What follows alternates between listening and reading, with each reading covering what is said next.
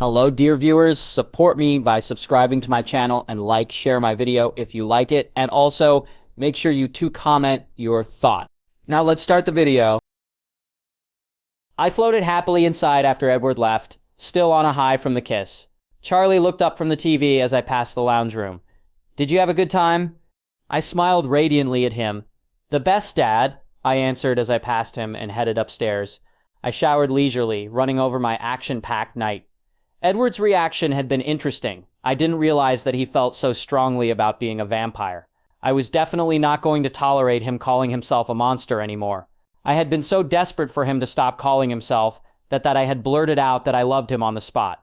It had made me nervous when he had literally frozen solid for a few seconds. When he didn't say anything, simply getting out of the car, I was worried that I had said something wrong, or that maybe I was wrong about the reason he had been shadowing me. Perhaps he had just been curious. But all my concerns had dissipated the moment he had pulled me to his chest and whispered that he loved me too. I was sure my heart would burst on the spot at his words. His kiss had left me breathless, literally, and I had immediately wished I was already a vampire, so that I wouldn't need air. Of course, inevitably, as I turned off the shower, the guilt set in. I knew so much about Edward and his family, including their biggest secret, yet he knew next to nothing about me. I got dressed, wallowing in my guilt. I knew Edward would see straight through me if I didn't admit something soon. By the time I had gotten dressed and called down, night dad to Charlie, I had decided that it was time for another phone call to Volturi before Edward arrived. I filled them all in on my night, Dimitri and Felix congratulating me on taking out 4 men. Go Bella, they cheered. Though I could tell that they would have been happier to have been with me and taken care of the men themselves, they took their status as my guards seriously. My whole family was overjoyed that we had finally professed our love for each other, and I received Aro's smug "I told you so" with good grace. Finally, I got around to explaining how guilty I felt. I can't keep secrets from them, guys. I love them, and I can't do it. I have to tell them. I understand if you don't want me telling them about you guys, and I won't do that unless you ask me to. But I need to at least tell them about my shield, I said. Besides, it will give them some insurance that I won't tell anyone about them either, I explained. Aro sighed. Well, if you're sure, Bella, I know how closely you've guarded your secret, and if you feel you can trust them, then go ahead. I know Carlisle is a man with a lot of integrity, and I'm sure his family is too. The others agreed with him. Thanks, guys, I said, relieved. I gotta go now. I have school tomorrow, and Edward should be arriving soon. The minute those words came out of my mouth, I kicked myself. They pounced. He's been spending his nights in your room? Caius roared. Ah, how sweet, Heidi cooed. It's not sweet, Marcus argued. It's inappropriate to creep into a young girl's room, especially uninvited. I rolled my eyes even though they couldn't see it. Guys, relax. I like him spending the nights, and don't worry, uncles, we won't do anything inappropriate. Better not, Caius muttered. I feel we should at least get to interrogate him before we let you go on a date with him, he grumbled. If you were already a vampire and we could reveal who you were, then we'd have at least sent Felix and Dimitri to rough him up a bit and threaten him. I laughed. Don't worry, I'm sure you'll all do it anyway after I graduate and we tell his family the truth. That seemed to reassure them for the moment, and I finished the call not long after. I opened my window, lay back on my bed reading, as I waited patiently for Edward to arrive. Not long after I heard Charlie's bedroom door close, I felt Edward's presence in the tree outside. You might as well come in, Edward. I know you're out there, I whispered, pleased when his surprised face quickly appeared through my window, followed by the rest of him. What are you thinking? He asked, seeing my amused expression as he closed the window silently behind him. I'm thinking about how fun it is to surprise you, I answered, jinning at him.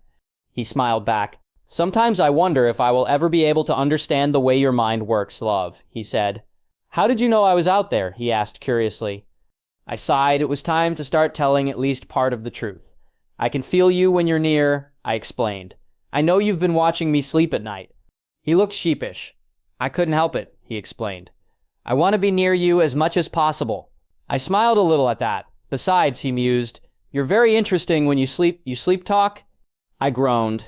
I know. I bet I said your name a lot, didn't I? I asked, embarrassed. He smirked and nodded. Yes, he looked pleased, but upon seeing my embarrassed face, he crossed the room and held me tightly against him. Don't be embarrassed, he whispered, his cool breath washing over my...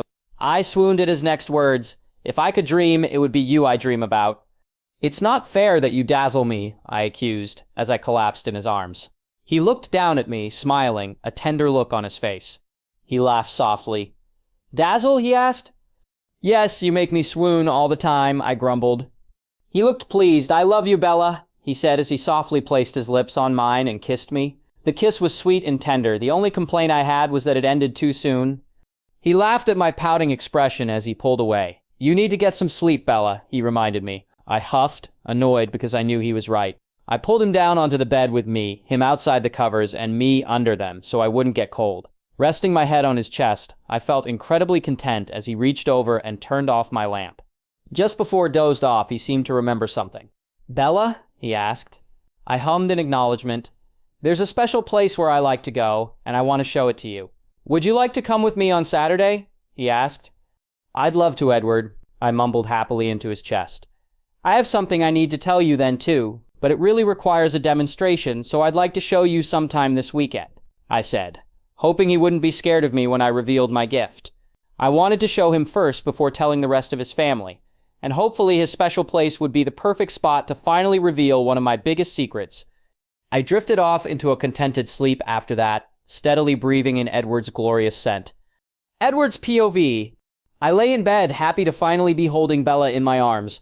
Surprisingly, I had long ago learned to ignore the burn in my throat when she was near, and instead of it hurting, it now served as a reminder that she was close to me. I didn't think I'd ever be able to hurt her now.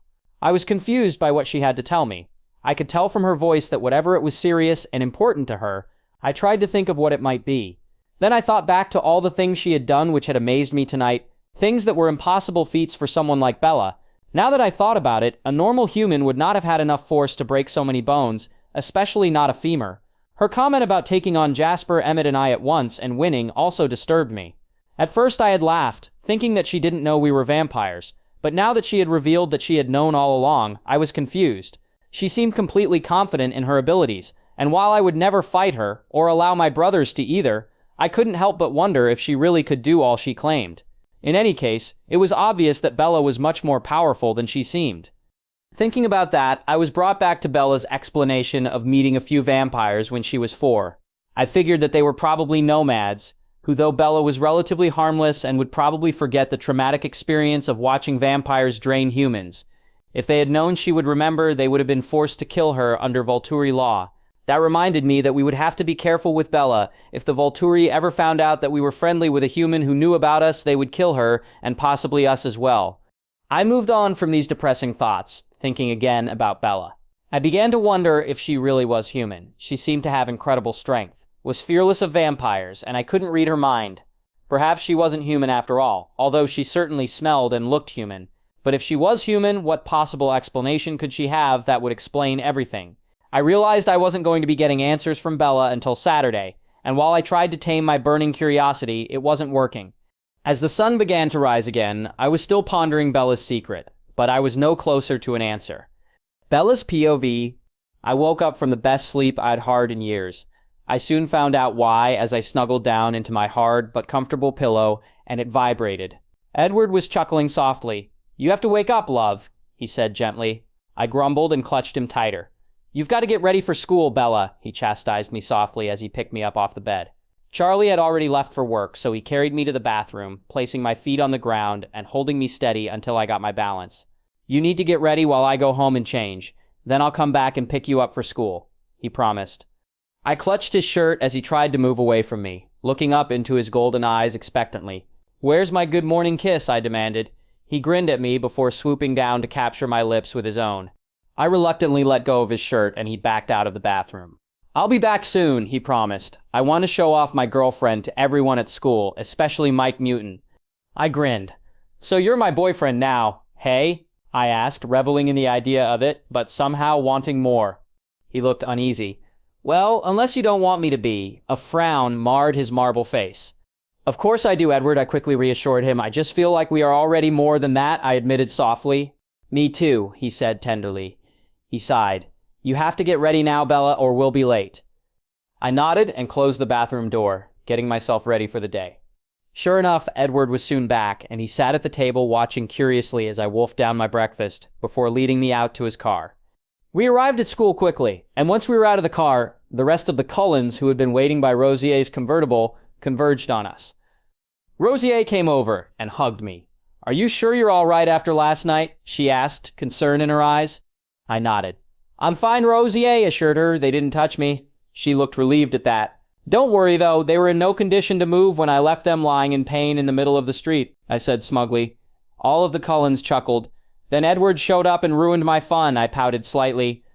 Alice was the first to comment on our relationship, though. Jumping up and down with excitement, she yelled. See, Edward, I told you it would all work out, triumphantly staring at our joined hands. His jaw clenched slightly. I wasn't sure why, but then he relaxed and nodded. Yes, Alice, you were right, he said dryly. Well, it's about time, Emmett enthused behind her. Edward here has been moping for weeks and stalking Bella everywhere. Shut up, Emmett, Edward snarled. I laughed. Seriously, Bella, before you came, Edward was always sad and moody, and now he's happy all the time, Jasper said. Edward sighed but nodded in admission. You should have seen him after you asked him to the dance, Bella, Jasper continued, and Edward's jaw clenched again.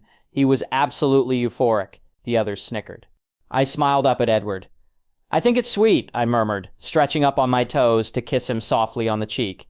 Edward relaxed, smiling back down at me. Aw, the rest of the Cullens crooned together before bursting out into laughter. Hey, Bella, Emmett asked. I nodded. Yes, Emmett, I asked sweetly. Now that we know that you know what we are, we can act natural around you when you come over, right? He asked.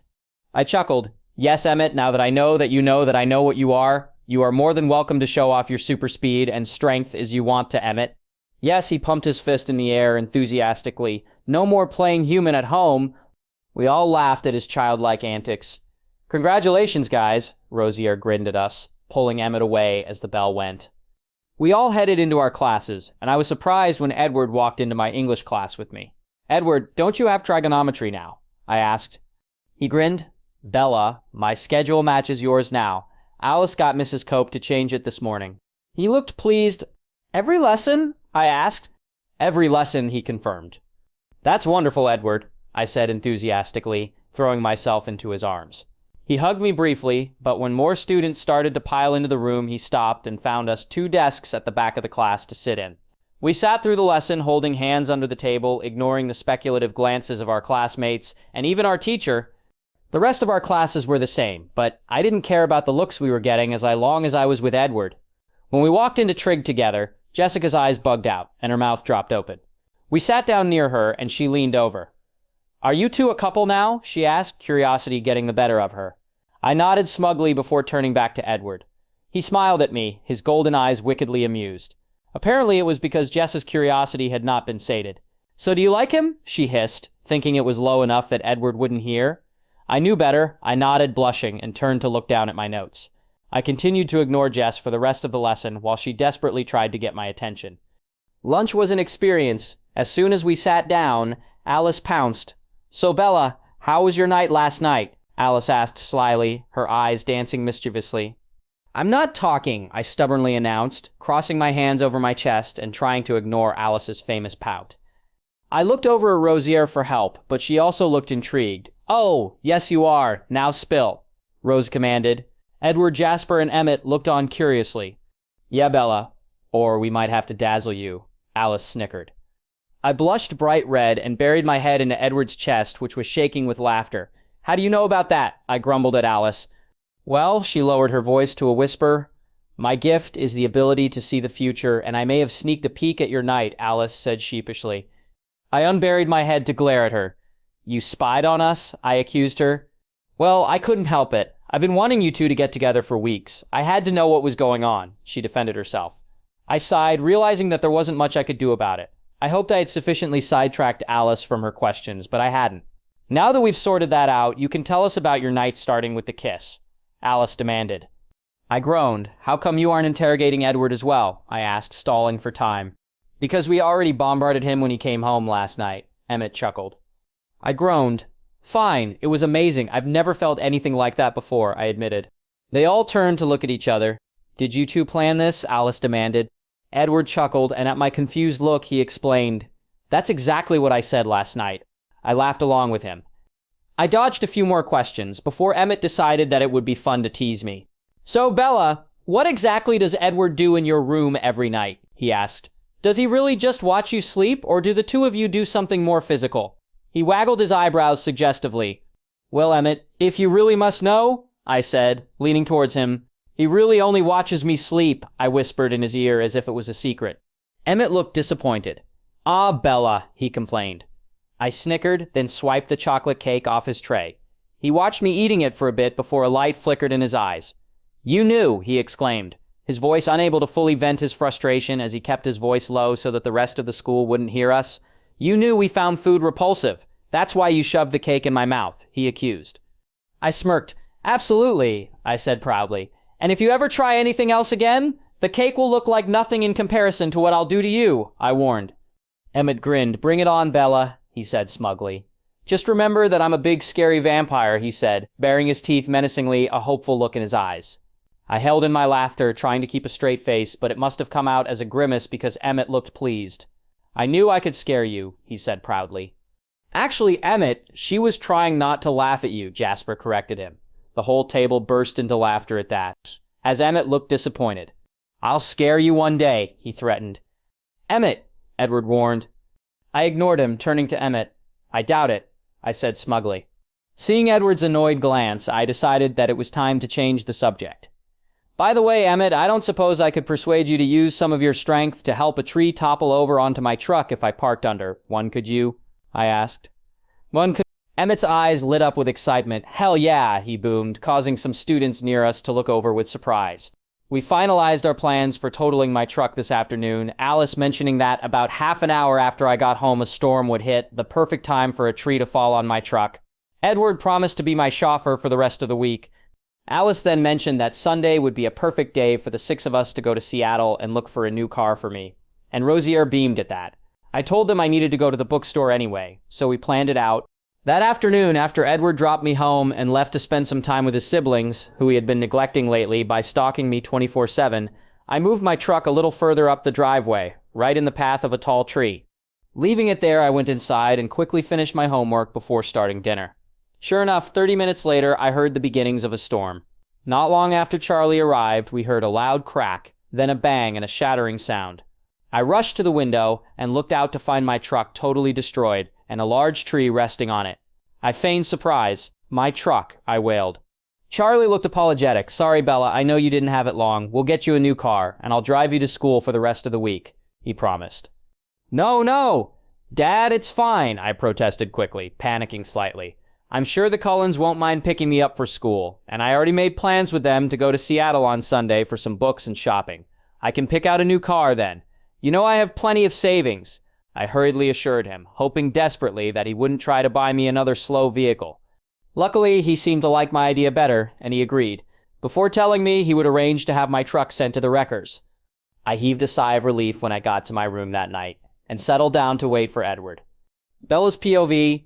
The next couple of days passed by quickly, the 6 of us playing 20 questions at lunchtime to get to know each other better. Thankfully, the questions were easy, usually favorite colors, movies, books, etc. They were all reluctant to talk about their pasts, so they didn't ask about mine. I found that I had many of the same tastes as them, having been subjected to a variety of things over the years by my Volturi vampires. I had the distinct impression from Edward's questions that he was trying to find out what I would like so that he could give me gifts. In return, I paid close attention to his answers, so that if he did get me gifts, I could at least get him a present as well. When he asked my favorite flower, I fingered my cuff. Free CS? I answered. Edward stopped and took a deep breath of my hair. That's very fitting, he observed. Your scent smells just like them. I smiled a little at that. I've been told that before, I thought to myself. Finally, Saturday arrived, and I awoke early and lay comfortably in Edward's arms as I listened to Charlie potter around the house for a bit before he finally left, heading to La Push to visit Billy. I got up once he was gone, eager to see Edward's special place. He had refused to give me any hints about it, and I was now burning with curiosity.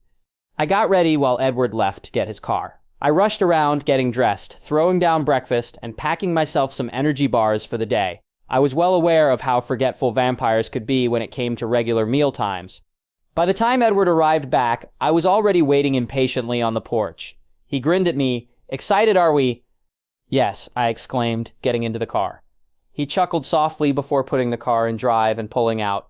We drove until we hit the end of a dirt road, and I looked forward to see a trail.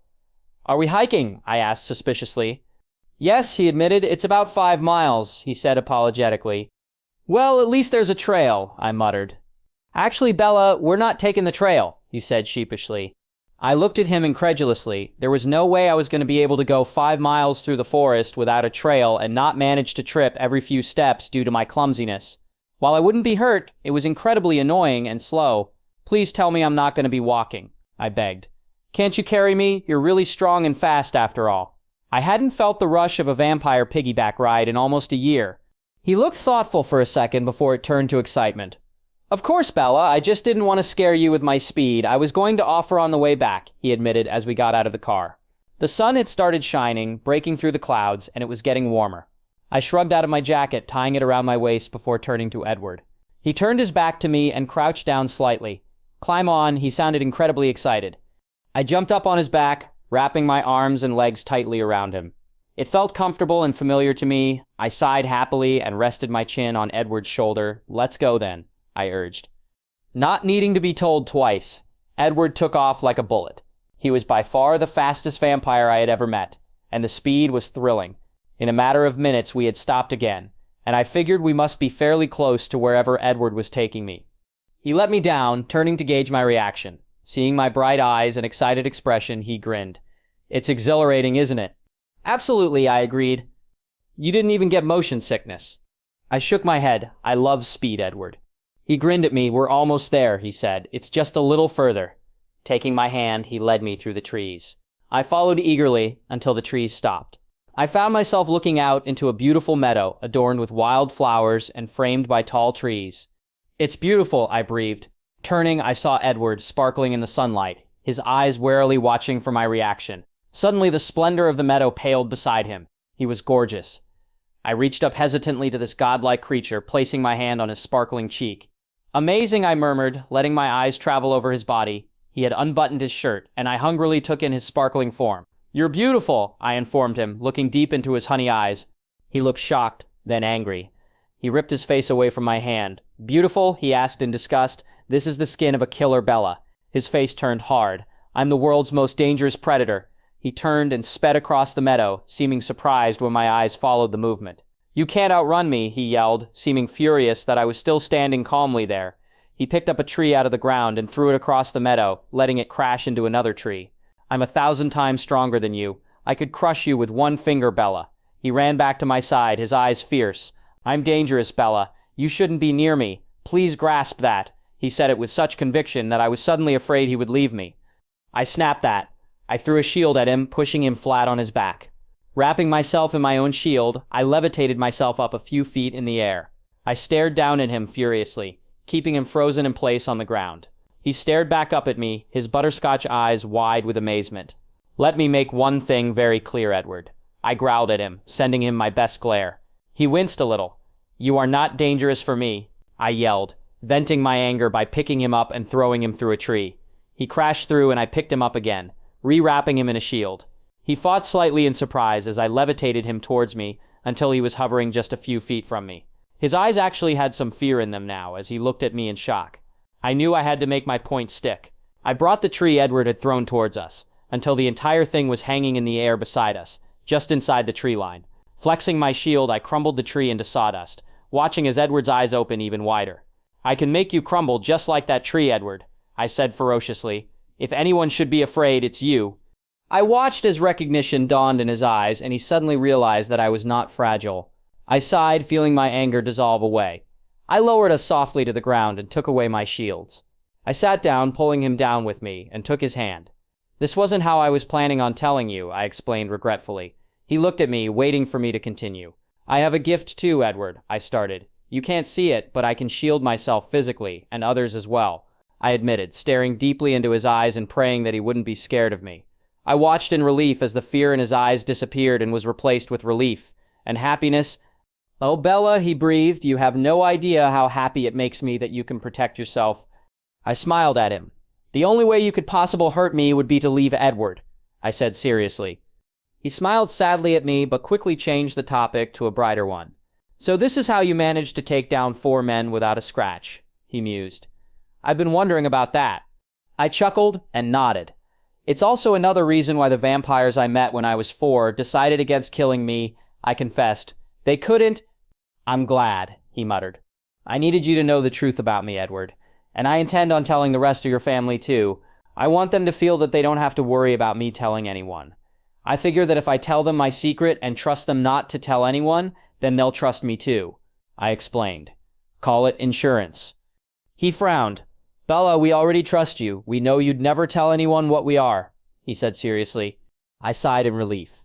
Well, I'm glad it's out now, although you have to promise me that you won't say anything to them tonight. I want to tell them myself. He nodded in agreement. Alice will probably already know, he warned. I know, I agreed, but I don't think she'll tell anyone. Edward was intrigued with my shield and wanted to know all about it. I told him my limitations and what I could do with it, explaining all that I could. I left out my mental shield, though, knowing that there was no way of telling him how I knew about it without revealing the Volturi. Finally, after a few hours, we dropped the subject and just lay together comfortably in the meadow, enjoying the sunshine and each other's company. All too soon, though, the sky darkened and I heaved a reluctant sigh. We have to go back, I muttered. I know, Edward agreed unhappily. We stood up and I shook my legs a little, getting the blood circulation after lying still for so long. I turned to face him. Thank you for showing me this place, Edward, I said softly, reaching up to place a soft kiss on his lips. He smiled against my lips. You're welcome, Bella. Thank you for telling me about your gift, he whispered, lifting me up slightly and deepening our kiss. I remained wary of his teeth, fully aware of how sharp and deadly they were as I allowed his tongue to explore my mouth, reveling in the feelings that being with Edward evoked in me. Eventually, he pulled back. You are my life now, he whispered, looking deep into my eyes. My heart stuttered slightly. Then he slung me on his back and took off for the car. As we ran, I wished the car was further away, so that I could stay on his back, enjoying the feeling of his body pressed up against mine while the wind rushed past us. Unfortunately, my ride was soon over, and I placed a soft kiss on his neck as I slid off. He opened the passenger door for me, and we were soon heading home. As we traveled home, I remembered something I wanted to confirm. So how old are you really, Edward? I asked. He looked over at me warily. I wonder if it will bother you, he observed. I raised my eyebrows. Try me, I challenged. I was born in 1901, he admitted. I'm over 100 years old, Bella. He watched my face as it split into a big grin. I was right. I should have known by now that noting phases you, he said dryly. I laughed. What about the others? Carlisle is over 350. Japper is around 150. Esme is in her 90s. Rosalie and Emmett in her 80s. And Alice is around 60, he admitted. I nodded in understanding, filing it carefully away for future reference. For the rest of the drive, I had him tell me about how he acquired his family members. He explained that Carlisle had originally changed him when he was dying of the Spanish flu, and he had been the first of Carlisle's family. Esme came next. She had been found at the base of a cliff, barely alive, and Carlisle had fallen in love on sight. I winced when I heard that Rosier had been raped and beaten before being left for dead. No wonder she was so protective of her family. Emmett's story was almost amusing. He had been mauled badly by a bear, which ironically was now his favorite food. Rosier had found him and carried him back to Carlisle. Alice and Jasper had found them later, Alice's visions leading her to them. She freaked out Esme and Rosalie when she arrived, knowing them both by name. Carlisle, Emmett, and I had gone on a hunting trip. He chuckled. When Alice eventually explained herself and reassured them that she was going to be part of the family, they calmed down and were pretty happy with their new family members. I came home to find her moved into my room and all my stuff in the garage, he grumbled. I laughed. That sounds like something Alice would do, I agreed, snickering. Why did she pick your room? It had the biggest closet, he grinned. Of course, I agreed. We soon arrived home, and I invited Edward in while I started dinner. He watched quietly as I moved around the kitchen, making a lasagna. So what's your favorite food? I asked. You already mentioned that grizzly bear is Emmett's favorite. He frowned at my question. Mountain lion, he admitted. Cool, I said, mentally thinking back to my memories of Felix and Dimitri hunting and replacing them with Edward. Will I ever get to see you hunt? I asked. No, he looked scared at the thought. It would be far too dangerous for you. I won't risk it, even with your shielding ability. I narrowed my eyes at him, annoyed that he was still hung up over my safety, but I decided to let it go for now. Edward had to leave soon after because Charlie would be home soon, and I wanted to spend some time with him. I kissed him goodbye, making him promise to come back tonight, and he left. Not long after, Charlie arrived home, bringing Billy and Jacob with him. I smiled at them. Hi, Billy. Jake, how have you been? Jake smiled at me. "We've been great, Bella," he answered, wheeling Billy's wheelchair into the lounge while Charlie turned on the TV. Billy didn't look happy, though. "Your father tells me you've been hanging around with the Cullens, Bella," he stated, his eyes worried. I froze. I knew he knew about the Cullens. He had a treaty with them after all. "Yes," I replied carefully, hoping he wasn't planning on telling Charlie. I risked a quick glance to see Charlie obliviously flicking the channels. Billy's eyes traveled in the same direction. He sighed. "Well, be careful, Bella," he said, the warning in his voice clear. I nodded and left them watching the TV. I headed to the kitchen, and Jake followed me. Looking curiously between his father and I, Jake helped me finish with dinner, and I called them all into the kitchen to eat. We ate in silence, the three males in front of me wolfing down my lasagne. It made me happy to know they enjoyed it so much. Jake helped me with the dishes afterwards, and they prepared to leave. Billy was left with me for a few moments alone as Jake went to start up their car, and Charlie went to get a fishing lure that Billy wanted to borrow. He turned to me. "Bella, are you aware of the Quillido legends about the cold ones?" he asked. I stood my ground. "Yes, Billy, I am fully aware of all your legends," I said, a warning in my tone, even the one relating specifically to the treaty with the Cullens. His eyes widened at my admission. "Then you should know that they are dangerous, Bella. Stay away from them," he ordered. My eyes flashed. "No, Billy, I know that they are safe, just as your ancestors did when they made the treaty," I said angrily. "It was your grandfather who made it. Billy, do you think he would have done that if he felt that the Cullens were dangerous?" I demanded. My eyes dared him to challenge me. Before he could answer, though, Charlie came back with the lure, and we were forced to act as though we'd been having a friendly conversation about the weather. They left after that, and I quickly said goodnight to Charlie and got ready for bed. Edward arrived not long after I'd gotten settled under the covers, and he curled up around me as I drifted off to sleep, dreaming of Edward and the meadow. Bella's POV. I woke up the next morning to Edward placing soft kisses all over my face. "Wake up, love. We're going to Seattle today," he reminded me. I was immediately wide awake. I jumped up, and Edward left so that he could come back and pick me up. I got ready and then made my way downstairs. "Good morning," I greeted Charlie as I entered the kitchen. He was sitting at the table with a plate full of bacon and eggs. I got my usual bowl of cereal and joined him. "Morning," he mumbled through a mouthful. "Off to Seattle today?" he asked.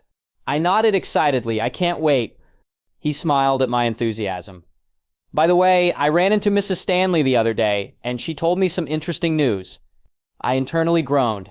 No doubt Jessica's mother loved gossip as much as her daughter did. "Really? What did she say?" I asked cautiously. "That you and Edward Cullen are now seeing each other." His eyes sparkled with interest.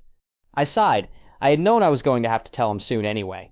"Yes, we are. Dad, we just started when I ran into him in Port Angeles on Wednesday while I was shopping with the girls," I explained. "Ah," he said. "So that's why you were so happy when you came home." He chuckled as I blushed and nodded. "He'll be the one picking me up this morning," I informed him, "so if you feel the need to interrogate him, you can do it then." I wasn't particularly worried. Charlie seemed to like the Cullens, and he'd already said that if I was dating someone, he'd prefer it to be Edward. He nodded his head thoughtfully. "Maybe I'll get out one of my guns and clean it just in case." I rolled my eyes, males and their dominance displays. He noticed my expression and chuckled a bit before turning solemn. "Seriously though, Bells, it looks like he makes you happy, and he seems to be very sensible, so I'm glad you picked him." I smiled. "Thanks, Dad." I got up and washed my bowl before running upstairs to grab my purse. I had a feeling that my little black credit card that was linked to the Volturi bank accounts was going to be put to a lot of use today, although I was planning on buying a less conspicuous car, obviously nothing that would stand out too much when I drove it to school. Santiago had sent me a list of cars that were still fast, but had a price tag that people wouldn't faint over weeks ago when I first told him about my truck, and I had a fair idea of what I wanted. I had even narrowed it down to 4 choices. Edward arrived while I was mulling over the pros and cons of my list, weighing up what I knew about them up then. I let Charlie answer the door in case he really did want to interrogate him, while I stood in the background and watched. "Come in, Edward," Dad invited him. "I hear you're finally dating my daughter." His eyes took on a playful glint. He was enjoying this. Edward was controlling his features so that he didn't give away anything, allowing Charlie to have his fun. "Yes, sir, that's correct." He looked over at me, and the adoration in his eyes was recognizable to anyone. Charlie seemed a little thrown by that. "Well, that's good. I was wondering when you were finally going to get up the courage to ask her out," he declared. "When I saw Dr. Cullen a few weeks ago, we placed bets on it," he admitted. "What?" I roared. You bet on us. I looked accusingly at Charlie, who had an appropriately abased look on his face. Edward also looked surprised. Obviously, Carlisle hadn't told him either. Yes, and since you guys finally got together on Wednesday night, I won, he declared proudly. Carlisle bet it would take you until after the spring dance. I gritted my teeth. Well, if you're done gloating about your bet, Dad, we'll be going, I said, trying to push Edward out the door. Okay, he replied cheerfully. Take care of my baby girl, Edward. I will, sir, Edward replied, sincerity ringing in his voice. With that done, we were soon quickly heading to Edward's house to meet up with the others. When we arrived, I was immediately greeted by Esme with a hug. Bella, it's good to see you again. We missed you coming over last weekend, when it was sunny. If we'd known that you already knew, we would have invited you over. She apologized. It's fine, Esme, I assured he. It was nice to spend a day by myself anyway. At least now you guys don't have to pretend to eat dinners in front of me when I'm over. I laughed. I have to admit it was very funny watching you guys tell Esme how delicious her cooking was. All 6 vampires in front of me chuckled in relief, and I soon realized that there was a 7th one that appeared to be missing. Where's Emmett? I asked suspiciously, suddenly on guard. I wanted to thank him again for totaling my truck. Edward frowned. I don't know, he answered. He's still in the house, but he's blocking me by singing rap songs, his nose scrunched up in disgust. Alice looked annoyed. He must be up to something. He hasn't made any decisions, like he's purposely keeping me from seeing what he'll be doing. The only time he does this is when he's planning on pulling a prank. I was now completely on guard, well aware that Emmett's previous threats to get back at me had been serious. Suddenly, I felt a movement above me. Just as Alice yelled, "No, Emmett," I reacted instinctively, realizing that Emmett was attempting to pounce on me from the stairs. I turned, shielding myself, and brought my shield-clad fist up hard into Emmett's jaw as he tried to grab me. My fist hit Emmett with a loud clap that sounded like thunder, and immediately after I pushed out my shield, throwing Emmett away from me. As I calmed down, I suddenly realized that I had thrown Emmett straight through the large glass back wall. He sat on grass on the other side, his face shocked and disbelieving. "Oh no," I moaned. "I'm so sorry, Esme. I'll pay to have your window fixed." I apologized, turning to see Rosalie, Esme, Carlisle, and Jasper staring at me with expressions matching Emmett's. Meanwhile, Edward looked wickedly amused, and Alice was bouncing with excitement. "That was so cool, Bella," Alice enthused. "Emmett hasn't been thrown like that for over half a century." That seemed to break them out of their trances. Emmett picked himself off the ground and came in through the hole I'd created, shaking off loose pieces of glass. "Damn, Bella, what was that?" he asked, absent-mindedly rubbing his jaw. I turned and smirked at him. "I told you that if you tried to get back at me for the cake thing that I would hurt you. You just didn't believe that I could. I don't make empty threats, Emmett." He looked thoughtful. Well, how was I supposed to know that you could throw a vampire through a window? I grinned at him. "You weren't." I turned to the others, who had now gotten over the shock and were looking incredibly curious.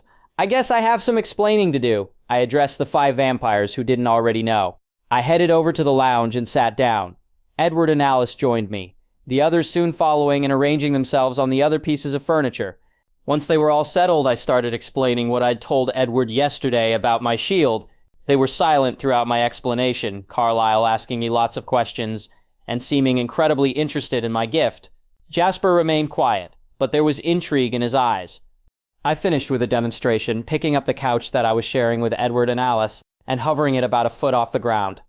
Emmett was the first to speak. "That is so cool, little sis," he yelled. "You're a freak just like us."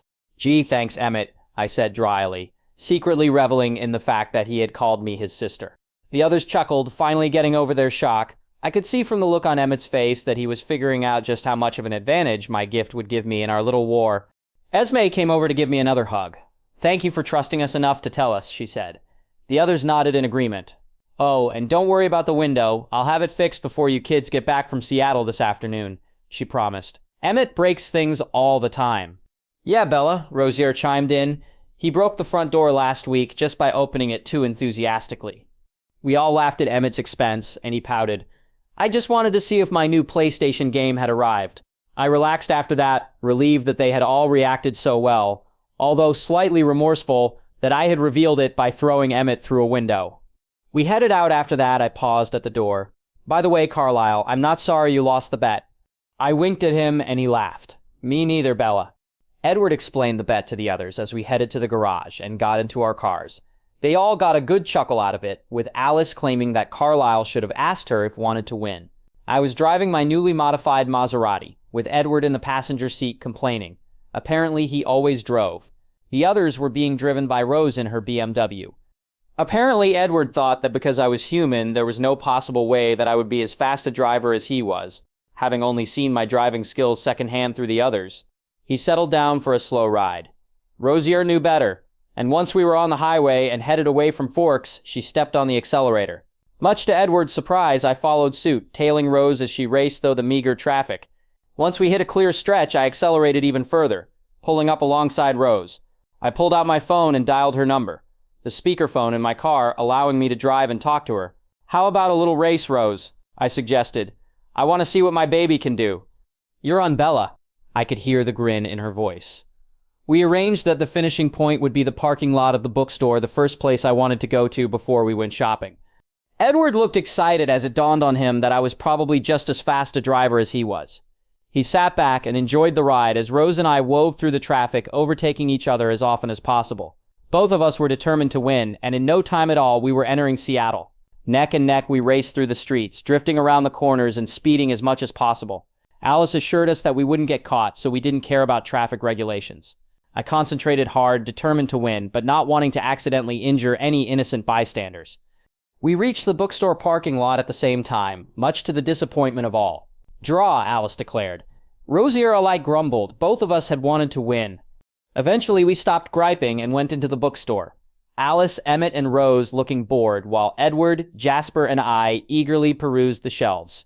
In no time at all, I had my selection of books stacked up in Edward's arms and was happily leading him to the counter. Jasper was already there, having already purchased some new war history books, and the others were waiting impatiently nearby. As the shopkeeper scanned my books, I noticed that Emmett had bought a book as well. I wandered over to have a look. "What book did you get, Emmett?" I asked. Emmett didn't seem the type to get a novel, although it was the right size and shape for one. He grinned at me, opening his bag and presenting it to me with a flourish.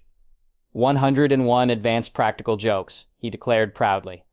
I burst out laughing. "You're going to need to be more inventive than that if you're planning on going up against me," I informed him. Felix and Dimitri had worked their way through that book when I was 10. His eyes narrowed. "Just because I didn't scare you this morning doesn't mean anything. One way or another, I will get you back for the cake," he threatened. I smirked. "Whatever you say, Emmett," I said before turning back around to go and pay for my stack of books. Of course, Edward had already beaten me there while I had been distracted by Emmett, and my books were now sitting in a bag hanging from his hand. He had a smug look on his face. "Edward, I was going to pay for them," I whined. He smiled at me, unleashing the full force of his gaze to match his smile. "But I wanted to at least buy you something, love, and I know you won't let me pay for your new car."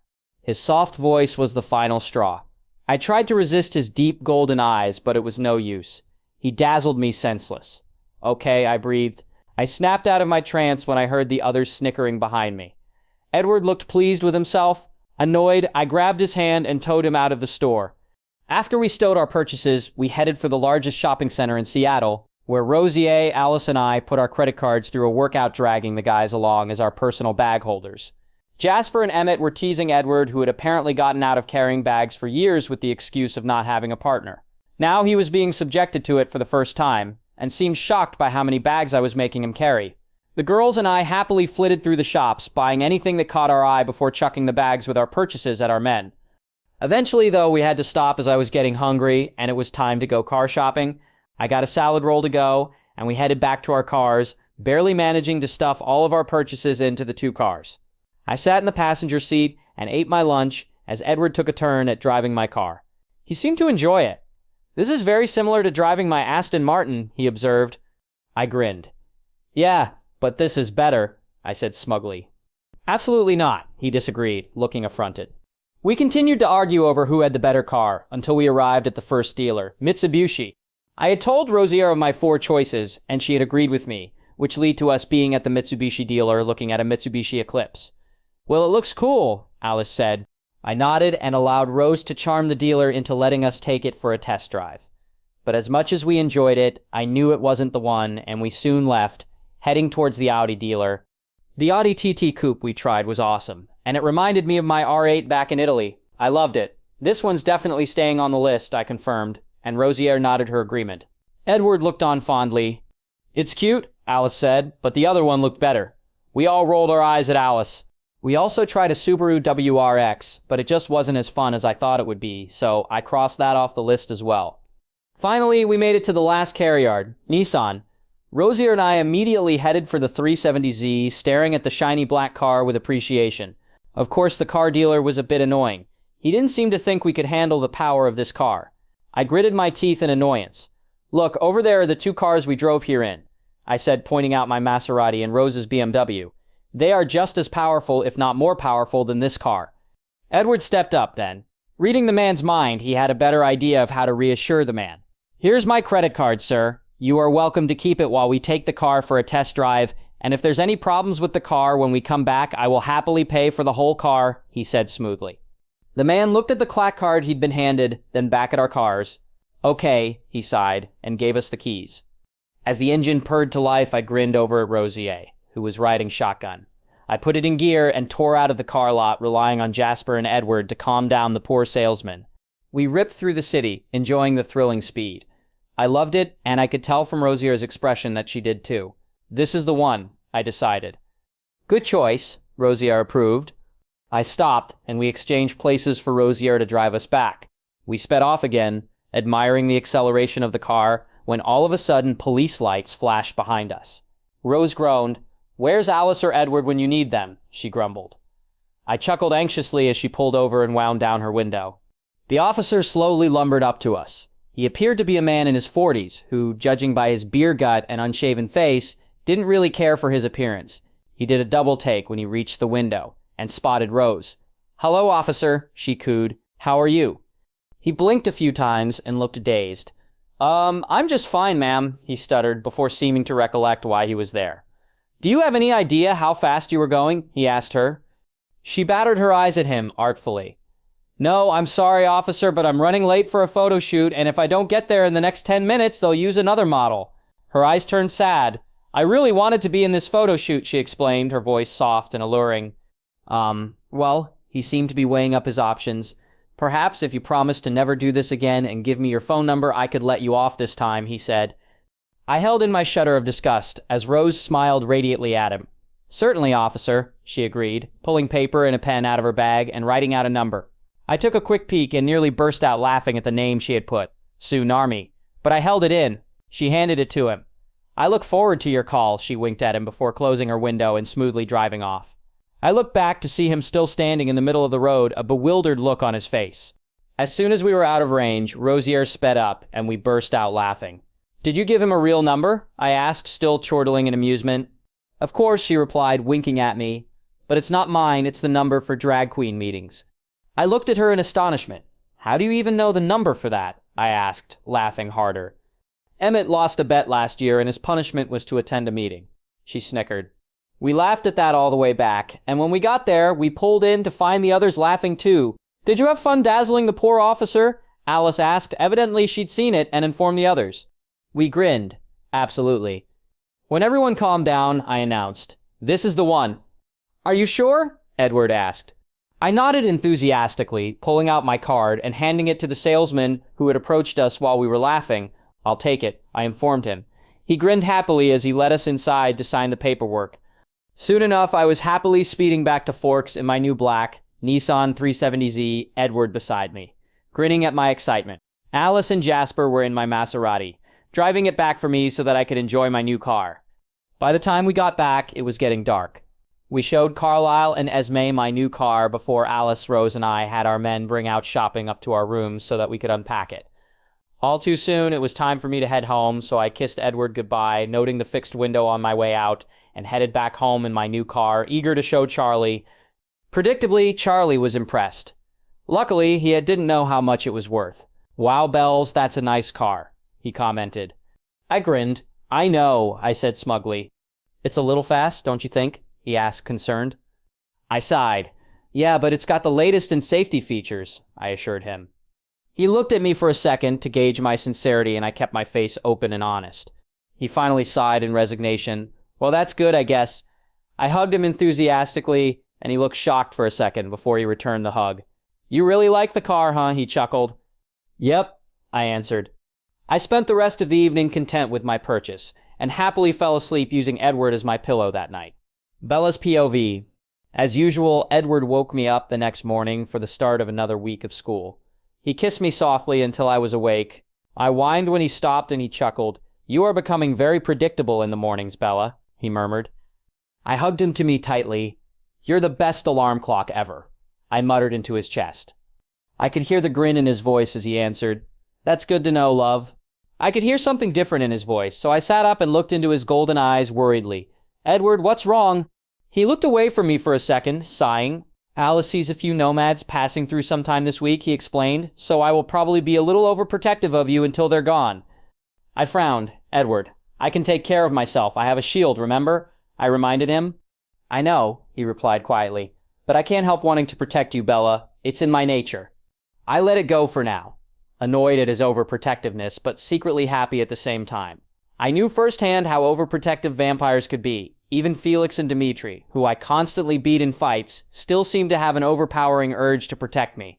I figured it was probably a vampire thing.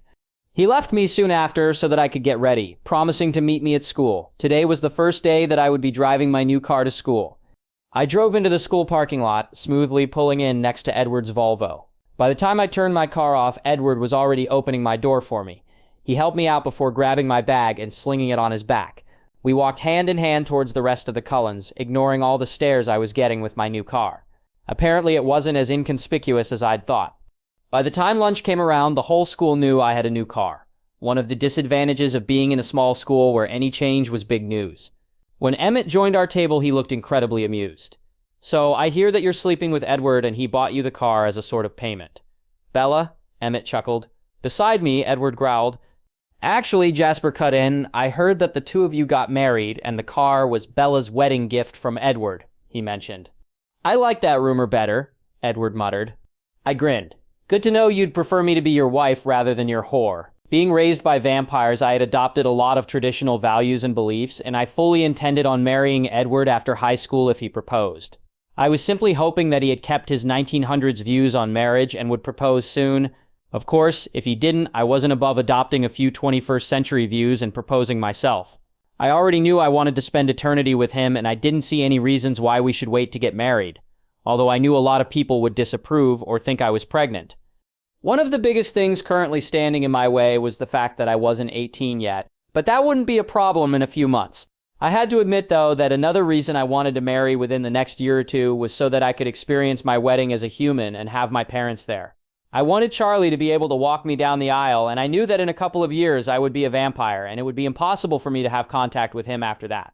Of course, I knew my mother's views on marriage were completely different from my own. After her disastrous early marriage to Charlie, she was a great advocate for not getting married until your 30s. I was not looking forward to having to tell her I would be getting married before that, which I would if I had my way.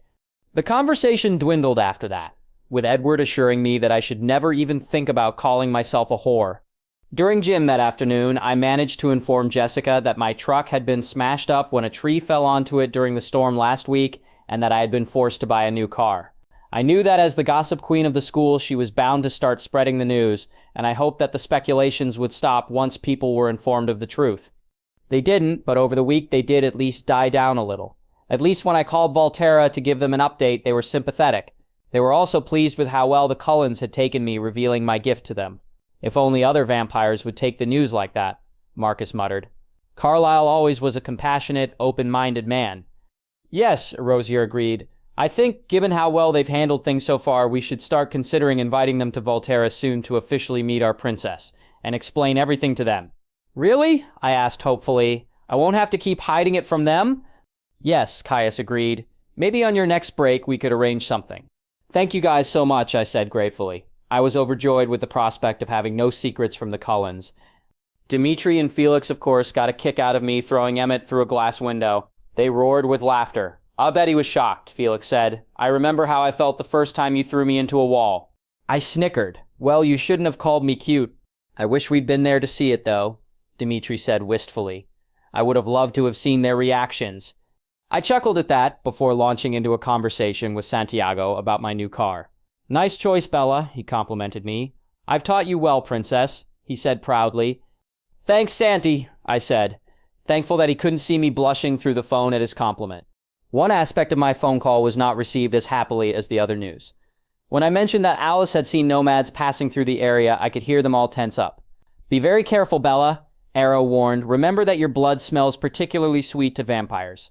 In all likelihood, if they come across you, they will try to eat you." I groaned. I would have to smell tempting to vampires. "I know, Uncle Arrow, don't worry. I can take care of myself," I assured him. "We didn't train you for 13 years for nothing," Dimitri stated. Saturday morning, I found myself driving to the Cullens early. It was Alice's fault, of course. She had insisted that I be there early in the morning so that she had all day to get me ready for the spring dance tonight, which didn't start until 6 p.m. Personally, I hated the primping process. I may love shopping, but I just didn't have the patience to sit still for hours on end while my hair and makeup was done. This was why I had originally planned to spend most of my morning alone with Edward, before heading over to the Cullens' house in the afternoon to get ready. Unfortunately, Alice had seen my plan, and after begging, pleading, and pouting at me hadn't worked, she had called Charlie. Charlie had been charmed into betraying me, and I had left the house this morning disgruntled and muttering, "Betrayed by my own father," indignantly. Charlie had chuckled. "Go on, Bells. Let Alice have her fun, and have a good time at the dance tonight." I had driven off in a huff, annoyed that Alice had foiled my plans. The minute I stepped out of my car in front of the Cullen mansion, I was engulfed in Edward's arms. I sighed happily. "Alice is setting everything up in her room and doing last-minute alterations to the dresses," he informed me, "so you have a little time before she steals you away." I grinned, happy for even a few minutes less of Barbie time. "We could just stay like this," I murmured, content in his arms. He chuckled. "As much as I would love to, Jasper wants to play a game of battleships with you, seeing as you were so good at chess," he said, picking me up and cradling me in his arms as he carried me inside. Jasper was already waiting, battleships already set up on the table. Emmett was lounging nearby, obviously wanting to watch the game. Esme came in from the kitchen, beaming. "Hi, Bella," she said, rushing to hug me as soon as Edward put me down. "I baked you some cookies," she informed me, handing me a plateful of chocolate chip. I grinned at her. "Thanks, Esme, these look delicious." She smiled at me. "You're welcome, Bella. It's nice to finally use the kitchen." I settled down in front of the table, opposite Jasper. "You're going to lose," I informed him confidently. He grinned. "I doubt that, darlin'," he drawled, his eyes taking on a competitive light. We placed our pieces on our separate boards, staring warily at each other. Edward joined Emmett on the lounge, looking on with interest. "You can start first," I offered Jasper. "You're going to need it." "No, I won't," he said cockily, but I was raised to never contradict a lady. "So A5, he started. "Miss," I answered. "F7, I asked. "Miss," he cocked his eyebrow at me. "C4. I groaned. "Hit," I muttered reluctantly. Jasper broke out in a triumphant grin. We continued playing, and he quickly sunk a few of my ships. In return, I found and sunk some of his. Soon both of us were down to one ship each. Neither of us had found the smallest ship. I glared at Jasper, trying to psyche him out so that I would win. He smiled at me belligerently. Both of us had used a lot of different tactics during the game, but having been informed of Jasper's empathic talent, I decided that it was time to try using it against him. I tried feeling fearful, hoping it would project onto him, but in return, I felt my own fear amplify as Jasper burst out laughing. "I've got to give you credit for trying Bella, but that won't work on me," he grinned. Edward laughed quietly behind us.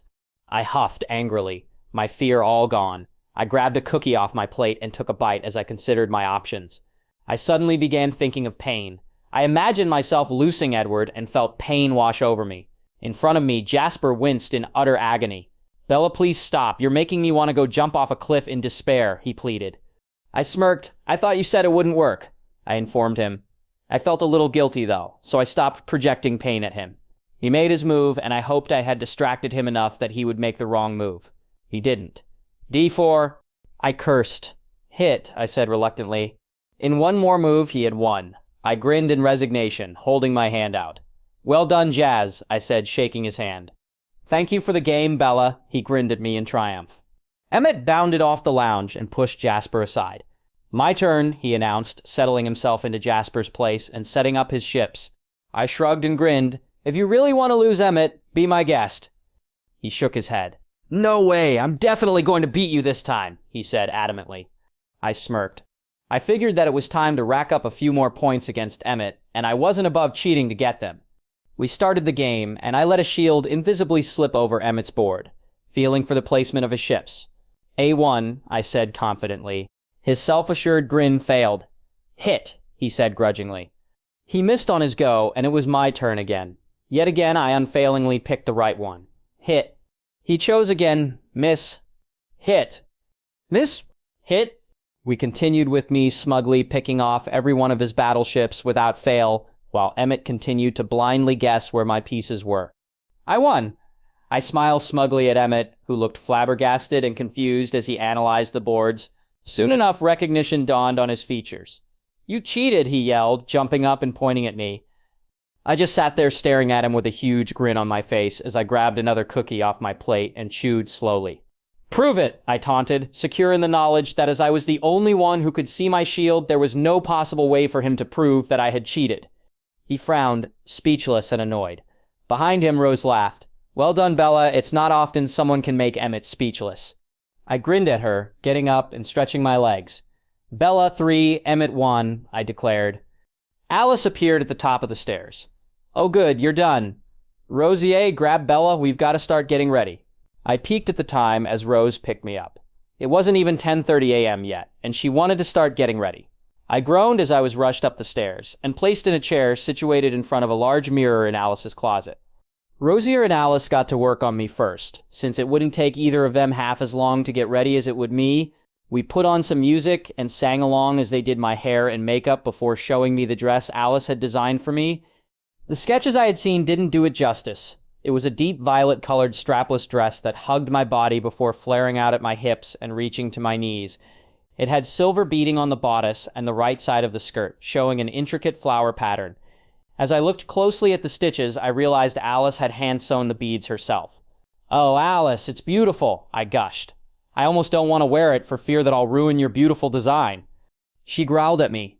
No thinking like that, Bella. I made it for you to wear, not look at. I nodded meekly and slipped it on. She disappeared for a second, before reappearing with a pair of Rosier's Jimmy Choo stilettos in the exact shade of the dress. Here, put these on. I strapped them onto my feet and stood up, turning to look at myself in the mirror. A dark-eyed beauty looked back at me. Wow. Thanks, guys. I look amazing, I said in appreciation. They grinned. You're welcome, Bella, they said before turning to get themselves ready. I sat and watched, talking to them about prom, which was coming up soon. Alice had already started designing our dresses for that too, of course. Eventually we were all set, except for jewelry. Alice and Rose lead me over to a chest full of antique jewelry. Pick something to wear tonight, Bella, Rose encouraged me. I looked at them awkwardly. Well, I actually have my own jewelry, guys. I inherited it from some rich relatives a while ago, I admitted. Their eyes widened with interest. Edward, I called softly, knowing he could hear me. Could you get me the bag I left on the front seat of my car? There was soon a light knock on the door, and Alice floated over to answer it. She took the bag from Edward and slammed the door quickly in his face before I could catch a glimpse of him. Edward, she chastised him. I want you to get the full effect of Bella when we walk down the stairs together, not a moment sooner. I heard him sigh softly in resignation from the other side of the door. Obviously, he knew better than to cross Alice. Alice came back over, opening the small bag I had bought and pulling out the velvet jewelry cases. So what have you got, Bella? I opened the largest case, showing them the necklace, 3 strands of white gold upon which hung a large pear-shaped amethyst. Nestled intermittently along the chains were sparkling diamonds. Wow, Alice breathed. Esme, come look at this, she called. Esme was soon in the room, admiring the piece with Rosier and Alice. I grabbed the next case and opened that as well, showing them a matching set of earrings, pear-shaped amethysts with tiny chains hanging from them, studded with minuscule diamonds that glittered in the light. Your jewelry is beautiful, dear, Esme said, her voice awestruck. I smiled. Thank you, Esme, I said as I revealed what was nestled in the last box. It was a delicate 3-chain bracelet, a miniature version of the necklace. Once they finished admiring my jewelry, a birthday gift from Di to me when I had turned 12, I carefully put it all on while Alice and Rose decided on what jewelry they were wearing. Finally, we were all ready, and much to my surprise, it was time to head downstairs to meet our partners.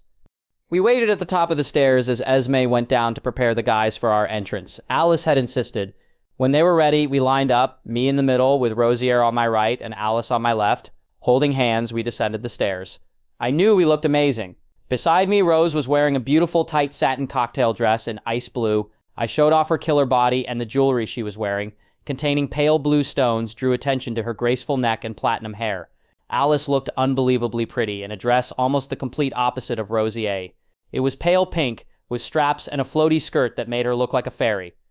As we slowly made our way downstairs, I looked at the three guys all waiting at the bottom, corsages in hand. All of their jaws had dropped as they each stared at their mate.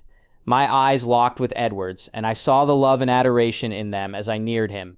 In his suit, he looked like a Greek god, my own personal Adonis. We finally reached our mates, and let go of each other, my eyes never leaving Edward's. He picked up my hand, placing a soft kiss on it as he placed the corsage just above my Volturi cuff. "You look beautiful, love," he informed me softly. I smiled up at him. "Well, you look pretty good yourself, Edward." Unbeknownst to me, Esme was flitting around snapping photos.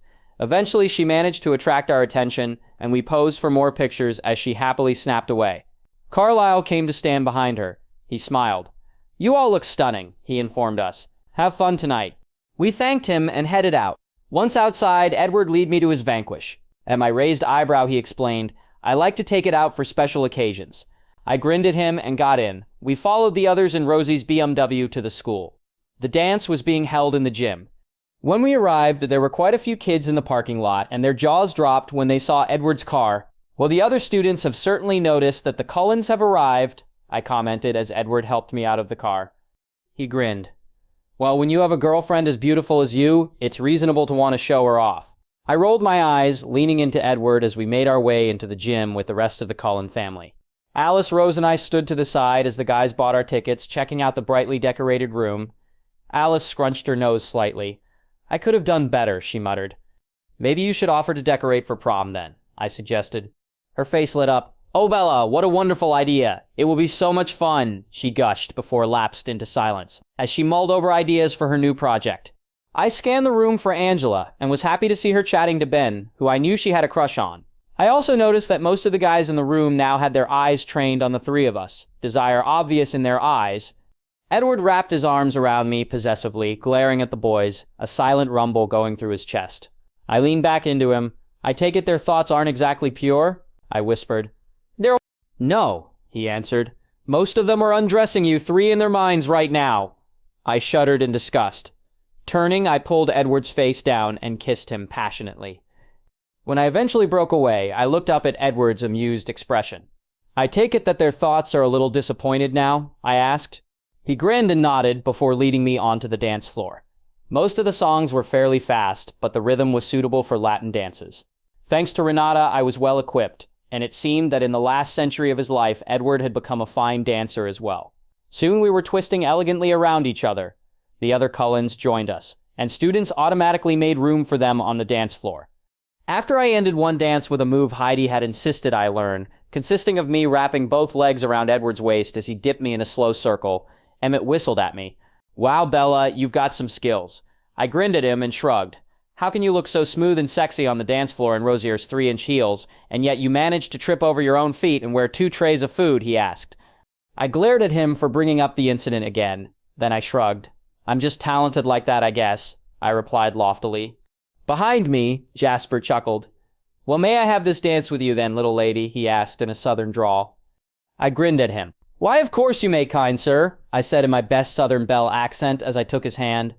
Alice grabbed Edward and twirled him away from us. For the rest of the night, we traded partners, and I found that for such a large vampire, Emmett was almost as graceful as Jasper and Edward on the dance floor. Somehow, though, whenever slow songs were playing, I always ended back in Edward's comforting arms. Of course, the dance eventually came to an end, and we reluctantly headed home. I was somewhat relieved that by spending the whole night with whether Edward, Emmett, or Jasper, I had avoided being asked to dance by Mike, Tyler, Eric, or anyone else.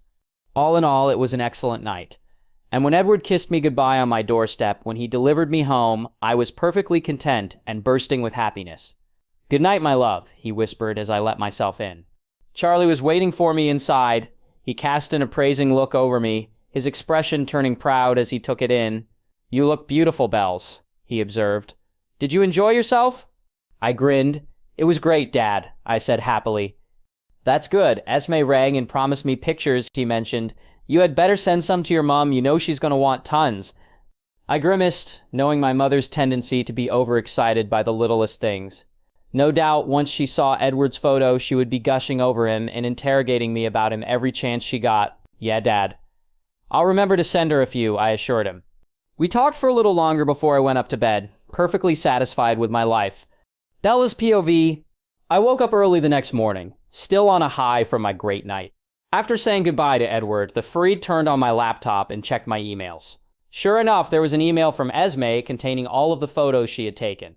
I sent copies to Renee and Volterra before calling Volterra to talk, knowing that all of the females had been waiting anxiously for a play-by-play of my night. They answered excitedly.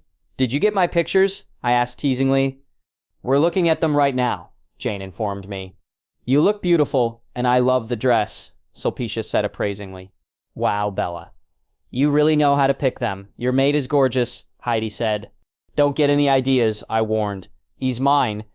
They all laughed before we settled down, and I described yesterday for them in great detail. Renata was especially interested in the dancing, and I told her I would try to find any photos of us that the school photographer had taken that night of people on the dance floor. When I eventually hung up, I lay back in my bed, happily relieving my night. I was broken from my trance a few minutes later by my phone ringing. I looked at the caller ID. It was Renee. Hey, Mom, I answered. Bella, honey, I just got your email. Why didn't you tell me your boyfriend was so handsome? You have to bring him to see me soon, she said in a rush, her voice excited.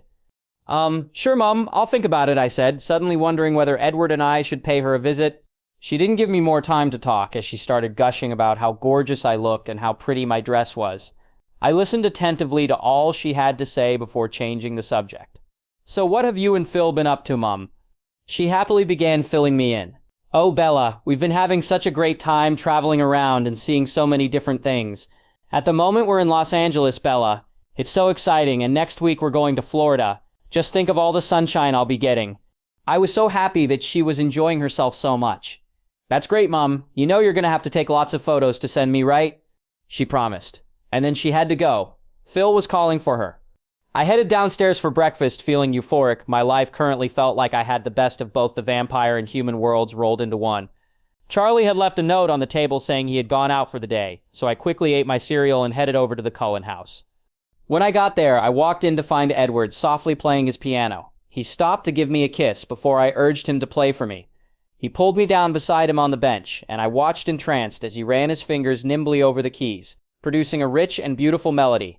My jaw dropped, and when he finally finished, I whispered, "That's beautiful, Edward."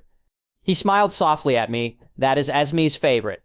He turned back to the piano and began playing a different song. It was a soft, beautiful lullaby with incredibly sweet notes. By the time it ended, I had tears running down my face. Edward turned to me. "You inspired that one," he said softly. I smiled at him through my tears. "I love you," I said simply. There were no other words necessary. The tender look on Edward's face as he softly brushed away my tears swelled my heart, and I smiled at him. Eventually, I got up and moved to my harp. I settled and softly began plucking an accompaniment for Esme's favorite. Picking up on it, Edward began playing again, and the sounds of the piano and harp merged into a symphony of beautiful notes. I closed my eyes, losing myself in the music. The song eventually came to an end, and when I opened my eyes, I found that the rest of the family was now lined up in front of us. Huge smiles on their faces and awe in their eyes. Esme looked like she would be crying if it were possible. "Oh, that was just beautiful," she gushed, beaming her appreciation. I smiled at her before turning and staring the first few notes of Clair de Lune. Edward joined in, and we moved through a variety of songs together, always in harmony with each other. Eventually, we finished playing, and everyone left to their own parts of the house. Edward led me upstairs to his room, where we listened to Edward's extensive music collection while lying together on his couch. "So what did Carlisle do for the 200 or so years before he changed you?" I asked, trying to fill in some of the gaps that I didn't know in the Cullen history. He sighed and then pulled me up off the couch. Holding my hand, he led me into Carlisle's study, turning me so that I was facing a wall of paintings. Carlisle smiled from his desk. "Hello, Bella. I see Edward is showing you the paintings depicting my life." I smiled at him. "I hope you don't be asking," I said apologetically. He shook his head. "Not at all. In fact, if I didn't have to rush to the hospital right now for an emergency consult, I would have been happy to tell you myself," he assured me. He made his way out of his office. I turned to Edward expectantly. He smiled and then pointed out one of the pictures. "London in the 1650s, he informed me, when Carlisle was born. I listened quietly as Edward explained how Carlisle had been changed while hunting down vampires for his father, a priest. I was impressed when I heard that Carlisle had resisted humans for such a long time, before one day hunger took over when a herd of deer passed him in the forest, and he had drained the animal. It was from this that he realized he didn't have to survive off human blood. I continued listening as Edward moved through the pictures, telling me of how Carlisle had swum to France before traveling around Europe. He stopped when he reached a painting of something that I recognized. My fingers unconsciously traced over the picture, a painting of a balcony in Volturi, one that I had been standing on less than a year ago. On the balcony were the recognizable figures of my uncles Aro, Marcus, and Caius, along with Carlisle. Although I knew this painting was over 100 years old, the four inhuman subjects still looked exactly the same today. Edward noticed me tracing my fingers over it. When Carlisle was in Italy, he ran into the Volturi. My ears pricked up with interest. I was eager to hear his opinions of my family. The Volturi? I asked. They are like the royal family of the vampire world, he explained. They make sure that vampires obey the rules so that our existence remains a secret. What are the rules? I asked, although, as the princess, I was well aware of exactly what the rules were. Well, there's really only one major rule. He paused, and I raised my eyebrows, waiting for him to continue. We must not let anyone know of our existence, he explained reluctantly. So your whole family is breaking the rules? I asked, making sure I had the appropriate amount of concern in my voice. He sighed. Yes, he admitted. But we don't care, Bella. You are important to us, he hurriedly tried to reassure me. But what will they do if they find out? I asked, secure in the knowledge that we certainly weren't going to do anything. They'll kill you, and possible kill all of us too. At my horrified look, he quickly added, But they won't find out, Bella, I promise. I looked at him skeptically, before deciding that now would be a good time to see how he would react to the idea of me as a vampire. What if you changed me? I asked tentatively. Then they wouldn't have any reason to hurt you. His eyes turned dangerous. Absolutely not, he spat out angrily. I was miffed. Why not? I demanded. Are you planning on me being human for the rest of my life, aging every day while you remain forever 17? That's exactly what's going to happen, he said, determination in his voice. What happens when I'm 60 and you still look 17? I asked, shuddering at the thought, even though I knew it was never going to happen. I will still love you no matter how old you look, Bella, he assured me. While I was slightly warmed by that, I was still annoyed. Well, what about when I die from old age? I asked. You are going to have to spend the rest of eternity without me, I pointed out. He shook his head. Bella, I would follow you soon after. I couldn't live without you, he whispered. I slapped him hard with a shield-covered hand. You selfish bastard, I yelled. Did you even think about how that would affect the rest of your family? Do you think I would want you to die with me? His eyes turned sad. I can't live in a world where you don't exist, he said softly. How are you even planning on dying anyway, Edward? There is no way your family would help you, I pointed out. He shrugged. I thought about going to the Volturi and doing something to antagonize them, he confessed. You don't antagonize the Volturi unless you want to die, he explained. I glared at him. There was no way my family would ever kill him. I'd make sure of it. You wouldn't even have to think about these contingency plans if you would just agree to change me, I pointed out. You don't know what you're asking for, he argued. You only see the good parts of being a vampire. You haven't seen the unstoppable thirst we suffer from, or the animalistic urges we have to suppress. You don't see the soulless monsters we are. I was beyond mad now. I knew exactly what being a vampire was like. I hadn't lived with them for 13 years without knowing everything there was to know about them. In fact, I probably knew more about them than Edward did. Mentally restraining myself from throwing Edward through the house in rage, I slowly said through gritted teeth, You are not a monster, Edward, and neither is your family. He seemed to sense from how quiet I was that I was incredibly angry. Don't ever say that again. But I am, he argued. About 70 years ago, I went off on my own and killed people, Bella. I had to admit I was a little surprised, but it still didn't bother me. Were they good people, Edward? I asked, knowing that with his talent, he would have picked people that deserved to die. Or did they deserve death? I thought they did, he admitted, but that doesn't change the fact that I murdered them, he pointed out. I shrugged. They deserved to die, Edward, and you were just doing the world a favor. In fact, technically, you probably saved lives. Every time you killed a bad guy, you saved his next victim, I pointed out. He did not look impressed with my logic. Even if that's true, and I'm not convinced that it is, it doesn't change the fact that I'm soulless. I won't take away your soul, Bella, he said. What makes you so sure that you don't have a soul, Edward? Do you think that all vampires have no souls? I asked. At his nod, I frowned.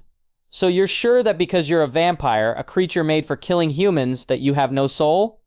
He didn't say anything, and I got annoyed. What about Esme or Carlisle? I demanded. Are you trying to tell me that two such sweet, compassionate people have no soul? He looked stumped at that. I decided that it was time to leave it there and let him mull over it. He was going to have to get used to the idea of me becoming a vampire since, like it or not, I was becoming one in around a year. So tell me why the Volturi is so powerful, I demanded, changing the subject. He sighed. They have many gifted vampires in their group. Among the top 12 is a tracker, a person who can see every thought you've ever had just by touching you, a person who can see bonds between people, a shield, and a pair of twins who are perhaps the most scary of them all. Jane has the ability to make you believe you are in incredible pain, so much so that you die. Her twin Alec has the opposite. He cuts off any feeling you have, sort of like anesthetizing you so that you can't move. The leaders are the three in the painting with Carlisle, Arrow, Marcus, and Caius. I was surprised by how solemn and fearful Edward sounded of my family. I'd had no idea of just how scared of my family other vampires were. As well as the main 12, they have other Volturi guards situated around the world to stop any vampires who may endanger our secret. The main 12 almost never leave Voltura. He stopped for a bit before he seemed to remember something. Well, I guess it's really 13 now. A few years ago, they appointed a Volturi princess. Really? I asked, incredibly interested in what he'd heard about me. He nodded. Nobody has met her except the main 12, but apparently she is incredibly powerful. It is said that if she wanted to, she could take down a whole army of vampires without lifting a finger. Nobody knows what her gift is, though. I smothered a secret grin at that. Don't worry, I'm sure that if you were ever to meet her, you'd dazzle her with your good looks and she'd fall in love with you, I assured him. He rolled his eyes at me in disbelief. I chuckled softly. I knew for a fact that the princess was most definitely in love with him. In any case, he continued, they stop vampires who aren't careful with their feeding habits, making humans suspicious, and stop newborn wars. I was interested in his casual reference to newborn wars, and I wondered how much he knew about them. I'd learnt about them when I was 10, and had first-hand accounts from Felix, Dimitri, Santiago, Jane, Alec, and Renata, who had been responsible for killing numerous newborns and stopping the newborn wars in their tracks. Newborn wars? I probed Edward gently. He nodded. In the South, there are vampires who fight over feeding territory, he explained. They found that they could create lots of newborn vampires to fight their battles for them. Newborns are very volatile, so it's easy to convince them to fight, and they are stronger than normal vampires, making them ideal for pitting against each other. Of course, armies of newborn vampires have almost non-existent self-control, so it soon became necessary for the Volturi to step in and destroy them before the humans got suspicious as to the large amounts of deaths in the area, he explained. From the look on his face, he was trying to scare me with his talk of newborns, but I hadn't even been scared when I was 10, so he didn't have much of a chance now. He continued telling me about Jasper's heavy involvement in one of the more recent newborn wars, and I gathered from his tone that Jasper had a healthy respect for my Volturi family. I just hoped that they wouldn't react badly when I finally revealed who I was. Edward had finished, and we were making our way out of Carlisle's office when we were accosted by an excited Alice dragging Jasper. Emmett was behind them. There's going to be a thunderstorm tonight. Alice clapped excitedly. I grinned. I knew that that meant they could play a game and mask any abnormally loud noises made by them. I wondered for a moment what they were planning on playing. My Volturi family had liked baseball, football, soccer, and rugby. I had played all of them with my family many times. They always claimed that I cheated because I had an extreme advantage with my shield, but Renata used hers as well. So as long as we were on separate teams, it usually worked out fairly evenly. Baseball, Emmett boomed excitedly. My smile grew larger. Awesome, I enthused. They all turned to look at me, confusion in their eyes. What? I asked self-consciously. I can't wait to play a good game of baseball. Emmett broke the silence. Bella, not to burst your bubble, but we're vampires. We don't play baseball the normal way. I rolled my eyes. I kind of figured that out, Emmett. But in case you've forgotten, I have my own gift, remember? Trust me, I will have no trouble beating you. He looked at me disbelieving. Bella, you couldn't even go 2 steps at your speed before we'd have the ball and you'd be out. I simply smirked in response. Like I said, Emmett, don't worry about me. We continued bickering as we waited for Carlisle to get back from the hospital so that we could go to their playing field. Apparently it was deep in the lap of the Olympic peaks. Bella's POV. We waited impatiently until Carlisle finally came back from the hospital just after midday. We were sitting in the lounge room where I was comfortably settled on Edward's lap, his arms wrapped securely around me as we all tried to watch the movie showing. When Carlisle finally walked in, we all jumped up excitedly. He took one look at our exited faces and the bat and ball Emmett was holding and grinned. "I'll go get changed and then we can head out," he said before dashing upstairs. In no time at all, Carlisle was back downstairs, ready to go. I jumped on Edward's back, securing myself for the ride. Emmett watched me amused. "Oh, little Bella's getting a piggyback ride," he cooed. I snarled menacingly at me, and the family burst out laughing. Alice looked at how comfortable I appeared to be on Edward's back and smiled. "Good idea, Bella," she exclaimed, jumping up onto Jasper's back. "This is way better than running." I grinned at her. It was raining as we headed out, the whole family running together as the forest whipped by us in a blur. When we reached our destination, I was impressed. Their playing field was an enormous clearing the size of 10 football fields. Alice and I quickly got off our mates' backs as Emmett ran to set up the field. The bases were about 200 meters apart, and I was glad that I was fit because I was planning on getting quite a few home runs. Out here there was no rain, although the thunder and lightning still roared overhead. I decided that I should hurry up and claim my team before Emmett stole the ones I wanted. "Edward, Esme, and Rosier are on my team," I called. Emmett spun around in surprise. "How come you got to pick your team?" he complained. I smiled sweetly. "Because it's my first time playing with you guys. Besides, we're fairly even. You have 2 gifted people on your team. I have 2 gifted people on mine," I explained. He frowned, though it over, then ran an appraising eye over my team. He shrugged. "You're never going to win with that team, Bella. Esme hardly ever plays, and the only good player on your team is Edward. All the good players are on my team," he boasted. Rosier glared. "Well, what are you implying, Emmett?" she demanded. He gulped. "You're a good player too," he protested weakly, cowering under her gaze. "I didn't mean it," he pleaded. She just turned and stalked off to the home plate, while Emmett stared dumbly after her. I snickered. "You are going down, Emmett." Before following Rosier, "Oh, and we're batting first," I called. He just grunted in acknowledgement. Finally, the game got underway, with Rosier batting first. Alice stood the pitcher's mound, deceptively still, but like the strike of a cobra, her hand slapped out, and Rose swung the bat. It hit the ball with a resonating crack, which merged perfectly with the thunder currently roaring in the background. Rose raced off as the ball flew into the forest, Jasper chasing after it. She made it to first base and stayed there as Jasper came back with the ball. Edward went next and hit the ball hard and low to the ground. Using his incredible speed, he was soon standing on the second base, while Rosier was on the third.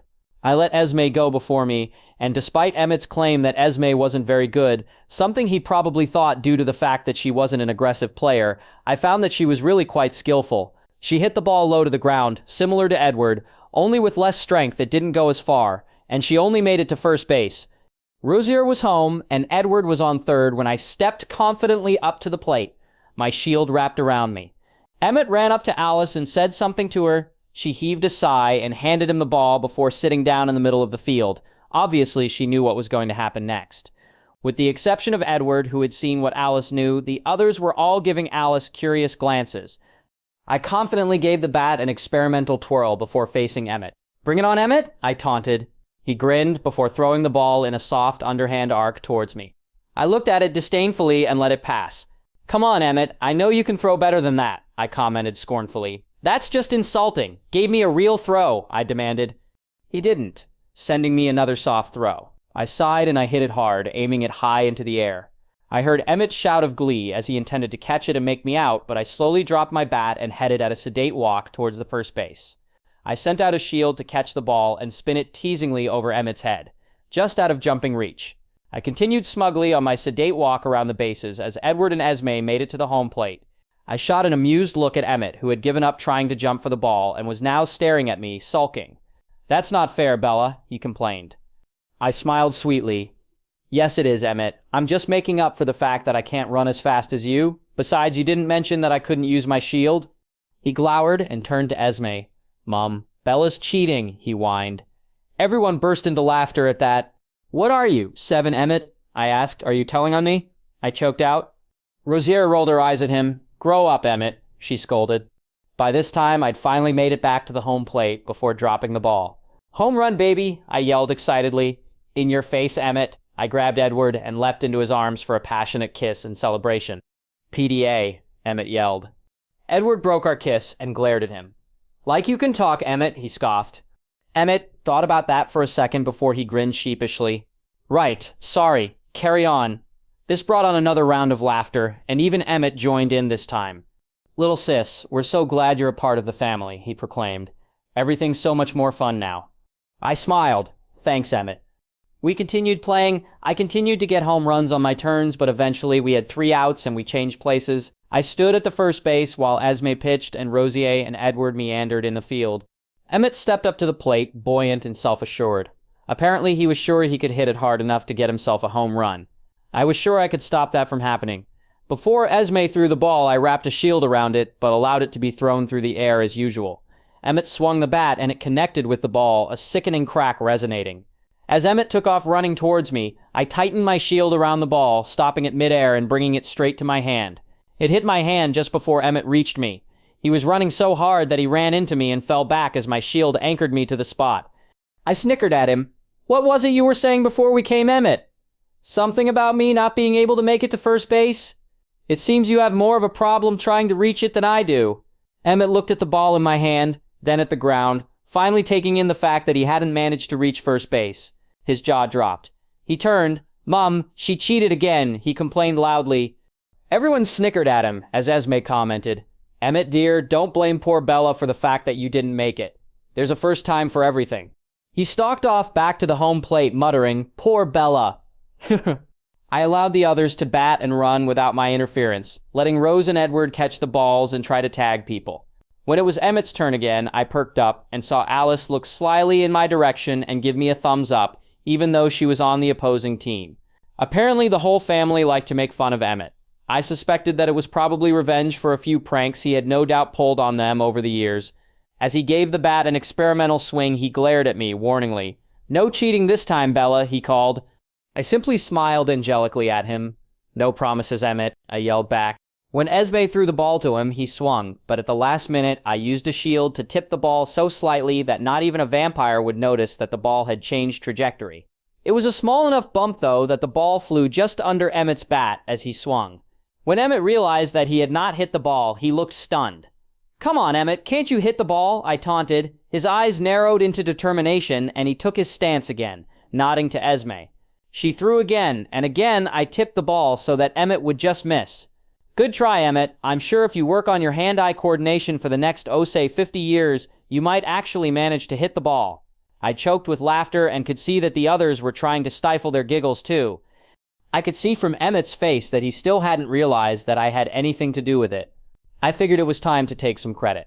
When the next ball was thrown, I pulled it up and hung it in the air in front of his face as he swung. He stopped and looked at the ball levitating in his face. His gaze swung furiously to me, and he stalked over. Cheat one more time, Bella, and you won't like the consequences, he threatened. I can be very, very vengeful if I want to. How would you like your Maserati to have pink polka dots all over it? I cocked an eyebrow at him. About as well as you'd like your Jeep crushed into a cube of scrap metal, I said sweetly, the warning in my voice unmistakable. Nobody touched my cars and survived. Emmett huffed and stalked off. We continued playing again, everyone having a good time, until suddenly Alice froze, her eyes taking on a glassy look as she had a vision. Edward whipped around to look at her, his eyes widening and becoming fearful as he took in whatever Alice's vision was. Suddenly Alice and Edward were beside me, the rest of the family rushing over, noticing the panicked looks on their faces. What's going on? I asked warily. The Nomads, Alice whispered. They were leaving and they heard our game. They're coming towards us. They want to play. She looked scared. My heart dropped at the thought. No doubt these Nomads would in all likelihood try to hunt me, or at least be far too curious about why I was with the Cullens. I had a bad feeling that this was not going to end well. Carlisle turned to Edward. Do you have enough time to run her away from here? Edward shook his head. No, and even if I did, the last thing we want is for them to catch her scent and start hunting her. Emmett looked unperturbed. How many are there? He asked. 3. Edward answered shortly. 3? Emmett scoffed. Let them come, he stated, flexing his enormous muscles. If the situation had been any less serious, I would have rolled my eyes at Emmett's obvious enthusiasm for a fight. Are they hungry? Esme asked worriedly. Edward shook his head no, but he didn't look comforted by it. I wasn't either. As we chatted, Edward warned us that they were nearly there. We moved back to our positions, pretending that we were oblivious to their arrival until they stepped out of the forest. As Edward had said, there were 3 of them, 2 males and a female. All of them had rough, unkempt clothes and rugged appearances, a stark contrast to the civilized Cullens and Volturi. I hadn't seen many nomads over the years. Instinctively, I shielded my family and sent out a second shield to lightly touch all 3 of them so that I would be able to recognize them in the future. The male in the lead had dark hair and bright ruby eyes. He was a standard build, certainly nothing compared to Emmett or Felix and Dimitri. The other male was built slightly stronger but more wiry. He had long blonde hair and a sinister smile on his face. As I observed him closer, I realized from his stance that he was actually the leader of this coven. He was just using the other male as a decoy. I paid closer attention to him. The female was obviously the leader's mate. She kept stealing subtle glances at him, and it was obvious from her body language. She had a mane of fiery red hair, her eyes wary as she examined us. We had all converged into a line facing them as they approached cautiously. Seeing Carlisle's friendly expression, they relaxed a little as they drew to a stop. "Hello," Carlisle greeted them. The dark-haired one, pretending to be the leader, spoke up, while I kept a wary eye on the blonde vampire, my senses telling me he was dangerous.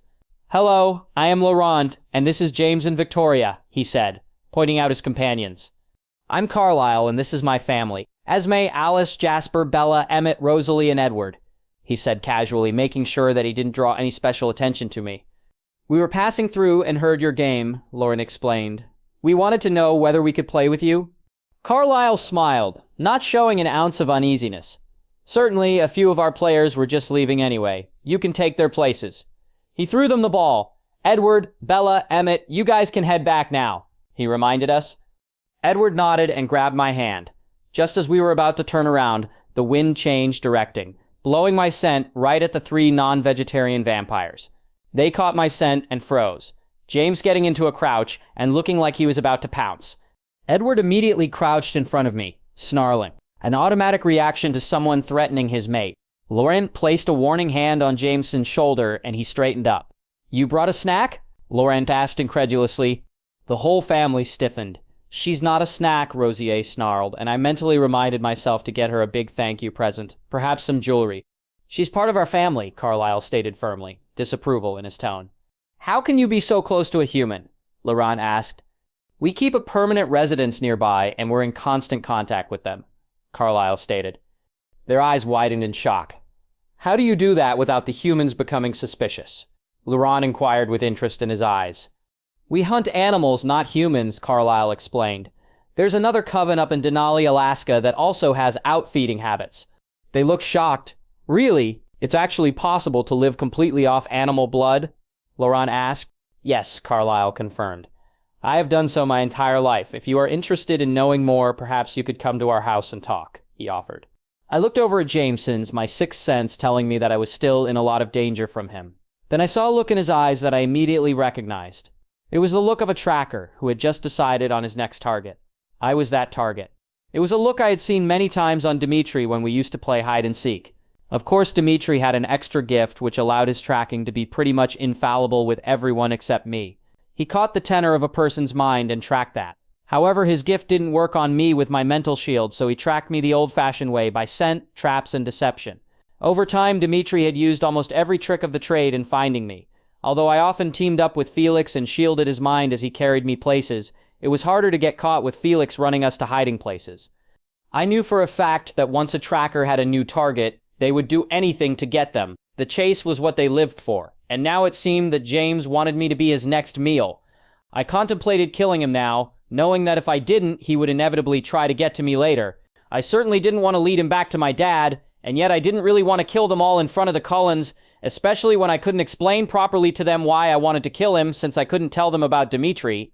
As I was contemplating whether to kill him now, and considering whether I would have to kill the others as well, I saw his eyes flicker over the rest of the Cullens before his gaze settled for a second on Alice. I saw a flicker of recognition in his eyes. I was surprised. I knew Alice didn't remember anything from her life before she woke up as a vampire, and she obviously hadn't recognized James. This led me to conclude that James had known Alice before she became a vampire. That knowledge decided me. I couldn't kill James yet. I knew Alice desperately wished she knew why she couldn't remember her human life. And if James knew something, I couldn't kill him until I found out what it was. I was brought out of my thoughts by Carlisle. I'm sorry, but given the circumstances, I think it would be best if you leave, he stated politely, but firmly. Lorne nodded. I'm sorry for the disturbance. He apologized before turning. Come on, James, he called. We watched in silence as they all headed back into the forest. Just before he entered, James turned to face me, and even at the large distance, I could tell from the look on his face that this was anything but over. Bella's POV. Once the Nomads were out of range of Edward's mind reading, Edward hurriedly slung me on his back, and the whole family raced home. The run was different from how we were on the way to the playing field only a few hours ago. Gone was the carefree chatter, the taunting, and the jokes. Instead, the air was now filled with a palpable amount of tension. What are we going to do? Alice whispered. He's a tracker, Edward said. His voice had an underlying tone of panic in it. I saw it in his mind. He wants Bella, and my reaction to him only made him want her more. His words confirmed what I had already known. James wouldn't give up until he found me. I noticed Jasper had remained quiet and was looking thoughtful. I could practically see his mind running over the best possible strategies. Well, we could always turn around and hunt him, I suggested. I always figured that the best defense was a good offense. Only Emmett approved of my plan. I'm in, he said, actual enthusiasm in his voice. No, Edward said firmly. He would only lead us into a trap. I sighed. Either way, I can't go home until I know he's not tracking me anymore. I don't want to lead him to Charlie, I explained. The others agreed. Alice, can you call him and make up some story about a big sale in Seattle that you just have to drag Rosier and I to and tell him we'll be staying there for the night since it's a public holiday tomorrow? I asked. That should at least buy us some more time, and we can always come up with another excuse later if we need to extend our stay. Alice nodded, and as soon as we reached the house, she pulled out her phone and rang my house. Hi, Charlie, she said, her voice full of excitement. Guess what? There's a big sale happening in Seattle, and I just have to go. Do you mind me stealing Bella? It's a school holiday tomorrow, remember? And I'm going to need all of that time to shop properly. She paused for a bit, listening to his answer. Oh, we'll be fine, Charlie. Don't worry, it's just us girls, she reassured him. No doubt he was worried about me spending so much time with Edward unchaperoned. Suddenly she screeched, Oh, thank you, Charlie, before ending the call. She turned to me. All done, Bella. Charlie says to have fun. I smiled gratefully. Thanks, Alice. The whole family congregated in the lounge room. Edward wouldn't leave my side. Jasper cleared his throat.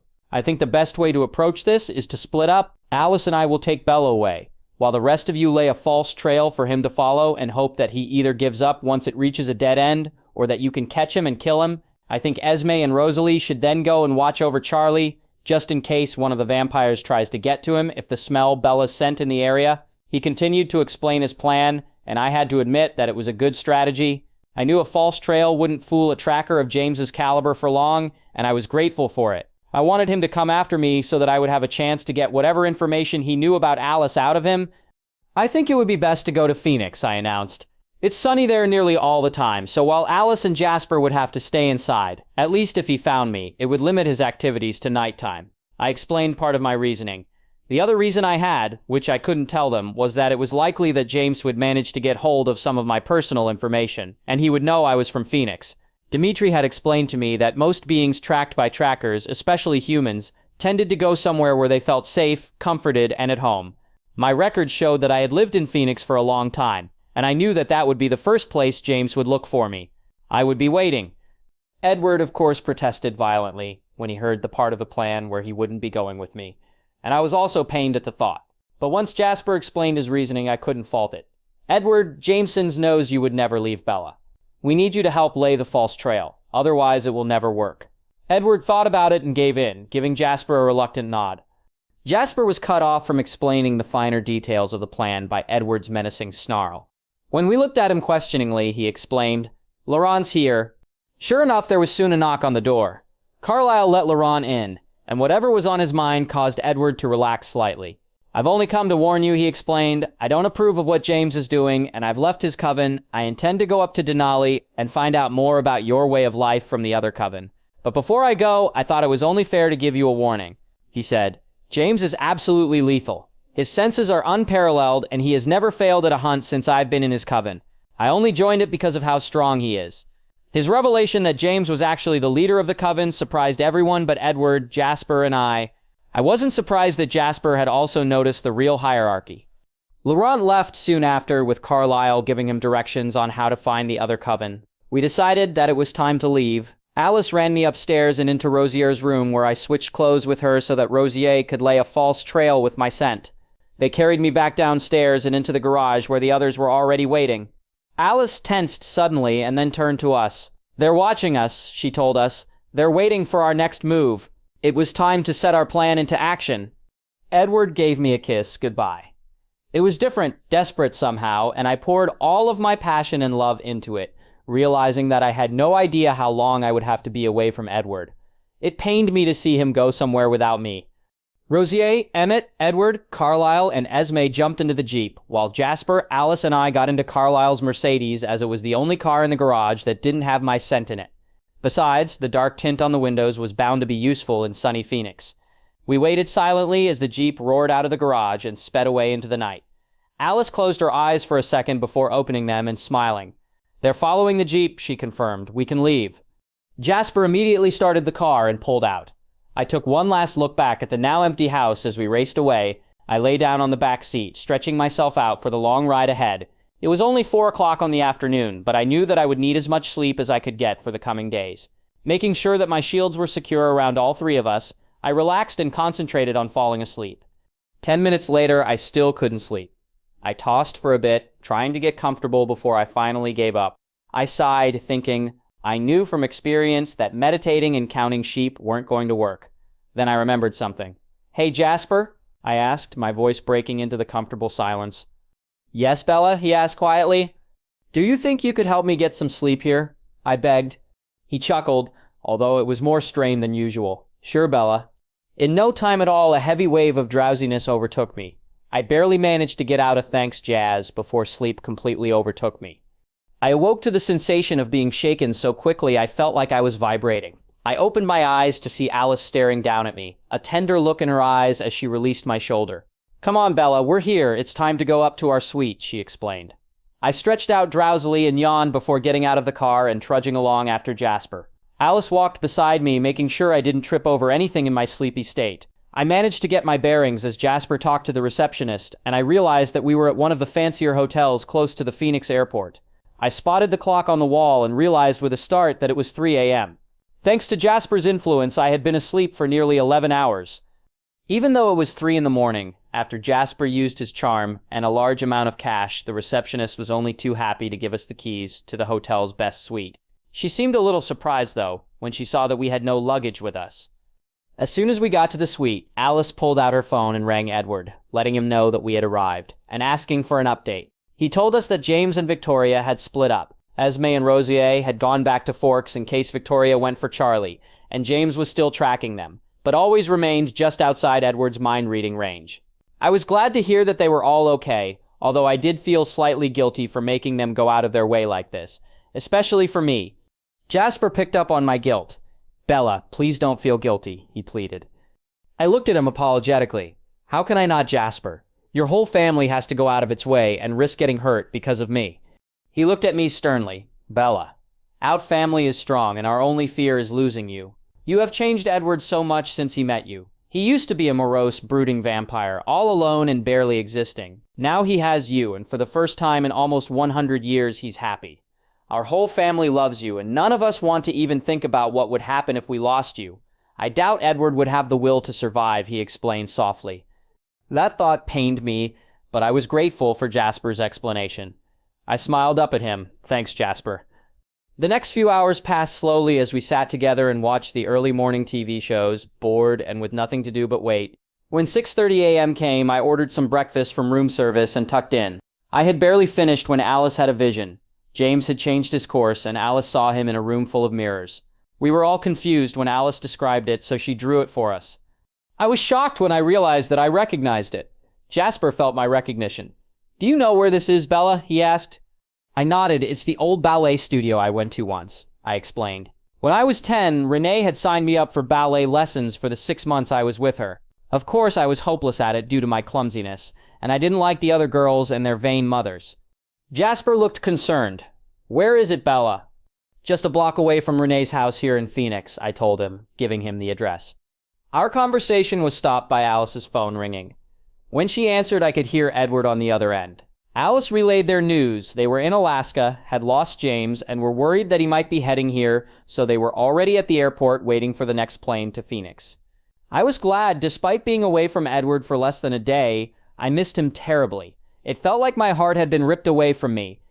Luckily, it was a finally cloudy day, a rarity in sunny Phoenix, and by the time my lunch arrived from room service, Alice had seen us picking up Edward, Carlisle, and Emmett at the airport in 2 hours. She left to go and buy us all a change of clothes, since we hadn't bought anything with us, and Jasper headed down to the reception area to book another suite for them to stay in. While I was enjoying my lunch in my room, I was surprised to see my phone ringing, and even more shocked when I looked at the caller ID and found that the number was for Renee's house in Phoenix. I knew for a fact that my mother was still in LA since I had talked to her yesterday. Therefore, the only person it could be was James. I grinned victoriously. I'd be able to put an end to his hunt faster than I'd thought. "Hello," I answered my phone. In the background, I heard my mother's voice sobbing and calling my name. For a second, my heart rate picked up as I panicked. What if he really did have my mother? Then I concentrated on what I was hearing and realized that I recognized the dialogue. It was a videotape of Renee and I one day in Volturi, on St. Marcus Day, and she had lost me in the town square and panicked. She still had the camera on while she was historically calling, "Bella, Bella." Felix and Dimitri had of course brought me back to her. Evidently James had raided our home videos. It was time for me to play along. Mom? Where are you? Are you all right?" I asked, my voice panicky and worried. Sure enough, the next voice I heard was that of a cold-hearted killer. Literally. "Your mother is just fine, Bella," James assured me, then he hesitated. "For the moment, be very careful about what you say, Bella. In fact, don't speak until you are sure you're alone." I stayed silent for a few seconds. "I'm alone," I whispered, deliberately making my voice quiver. "Good, now tell me, can the others hear you?" "No," I answered. "Excellent," he murmured. "Now I don't really want to hurt your mother, Bella, but I want you, so if you do exactly what I say, she won't be harmed," he assured me. I didn't believe a word he was saying. "I have to admit, Bella, I was a little disappointed to find that you mother's blood doesn't smell nearly as appealing as yours. If it had, I would have almost been prepared to take her life instead of yours. Alas, we can't always have everything we want, can we? So I'm willing to trade you, your life, for hers." "What do you want me to do?" I whispered. "Well, I'm sure you're a clever girl, Bella. I need you to get away from your vampire friends and come meet me. I'm sure you remember the place you used to take ballet lessons at, right?" The benevolence in his voice irked me. "Yes," I choked out, making it sound like I was on the edge of hysteria. "Good," he purred. "We'll be waiting," he promised. And with that, he cut off our conversation, hanging up the phone. I sat there, my lunch forgotten, as I mulled over the conversation. I knew that somehow I was going to have to lose Alice and Jasper. I didn't want them getting involved, and it would be easier to get James to talk about what he knew without Alice there. I began formulating a plan, although I was careful not to make any decisions. I didn't want Alice to have any visions of me escaping from them. Jasper soon came back, and we played a few rounds of cards until Alice arrived, toting a multitude of shopping bags. She handed me some new clothes, and I went to take a shower and change. It was then time to head to the airport, where my plan would be put into action. My only regret was that I was going to miss seeing Edward, but I consoled myself with the knowledge that once the danger was over, I would be able to spend much more time with Edward. We reached the airport, and Alice immediately headed for the terminal where they would be coming in from. Once there, I decided that it was time to make my move. I cleared my throat awkwardly. Guys, I'm just going to the toilet," I explained. They nodded, trusting me to do exactly as I said, and knowing that if James was at the airport, Alice would have seen it. I quickly walked away from them before I could allow guilt to set in and entered the nearby toilets, walking straight through and out the other door, which led to a different side of the airport. Once I was out, I ran, heading outside as fast as possible and straight into a taxi. I gave him the address for Renee's house, planning to walk from there to the studio so that if the studio ended up on the news, the taxi driver wouldn't connect me to it. I chucked a few extra bills at him and urged him to make it as fast as possible. As we pulled away, I looked back furtively, half expecting to see Alice running after me, but once we were on the freeway, I sat back and breathed a sigh of relief. I was now heading to take care of James. He was my problem, not the Cullens, and I was going to handle it. I pulled out my phone and called Volturi. I had known better then to call them before it was too late for them to intervene. Felix and especially Dimitri wouldn't be happy about the idea of a tracker hunting me. As suspected, Dimitri was furious, but when I calmly explained that it was only one vampire, something I could easily handle, he calmed down a little, although I could still hear the underlying rage in his voice. "You should have told us sooner, princess," he berated me. "It is Felix and my job to protect you from vampires like him." He sounded pissed. "I know Dimitri, but I want to take care of this one myself," I said firmly. "The next time you tell us there are vampires in the area, we're coming to keep you safe," he stated firmly, and I could hear murmurs of agreement in the background. No arguments. I sighed. "Okay," I agreed. He let it drop after that, although I suspected that he would still be annoyed for quite some time. "And we're coming regularly to check up on you once the Cullens know about us." Fine, I could tell from the tone of his voice that nothing would dissuade him. Felix was a little less worried. "Kick his arse, princess," he said. I chuckled darkly. "I intend to, Felix, believe me, I intend to." And with that thought, I bid them goodbye and started mentally preparing myself for a meeting with my would-be killer. I sat in the taxi thinking about my 2 vampire families, and I was sad that they were worried about me. While they knew that I could take care of myself, they were all still violently aware of the fact that I was still human, and James was a vampire. The taxi dropped me off at my mother's house, and I ran in, using the spare key that Mum always left taped under the outdoor table in the backyard. It all looked the same, but sure enough, when I checked our home videos, one was missing. He had taken it with him. After making sure the house was still neat and tidy, and that Mum wouldn't notice anything when she came home, I locked the house, replaced the spare key, and headed down the street to the ballet studio. I searched out with my shield, and found James hiding in one of the back rooms of the studio. Thankfully, the entire place was empty. Apparently, nobody came in on public holidays. I confidently opened the door and stepped in, locking it behind me in case any humans decided to get too adventurous and come near. Once inside, I could hear a loop running of my mother's panicked screams. Playing my part, I dashed towards the sound, yelling, "Mum, Mum, I'm here, where are you?" I closed in on the sound, yanking open the door of the room that the sound was coming from. Inside, I found a TV set playing the scene I remember of me as a child in Volturi. I grinned. I had James right where I wanted him now. I felt him creep up silently behind me, but I wasn't scared. My shield was secure, and I had expanded it out so that he wouldn't be able to get within a foot of me. "Well done, Bella. That was very fast." His dark voice complimented me. Still playing the weak and terrified human, I whirled, allowing myself to take a deep breath and gasp in shock. "Where's my mother?" I asked, my voice deliberately trembling. He chuckled, an evil grin appearing on his face. "Your mother is fine, Bella. In truth, I have no idea where she is. I never had her to start with," he gloated. "You tricked me," I accused, my voice still wavering. "Of course," he sounded smug. "How else was I supposed to get you to ditch your little protectors and meet me here?" I stayed silent, wondering how much he would divulge. He pulled out a video camera and started filming my terrified face. "You see, Bella," he explained, "I had a feeling that you would want to go somewhere where you felt safe. Humans always feel the need to go somewhere familiar to them when they get scared. So I had Victoria break into your school and get your details. You are the only Isabella in the entire school. Imagine my delight to find that you had a mother living in Phoenix. Of course, I immediately headed here on the hunch that I might find you. And I was very pleased when Victoria overheard your mate in the airport in Alaska saying that he was catching a flight here. It just confirmed my suspicions that you were already here." I let him continue to gloat, pleased that he had fallen right into my hand. "Of course, I was a little disappointed that your mother wasn't here. I had planned on actually using her as bait." I shivered at that thought. "But when I found your home movies, I soon realized that I wouldn't need her after all."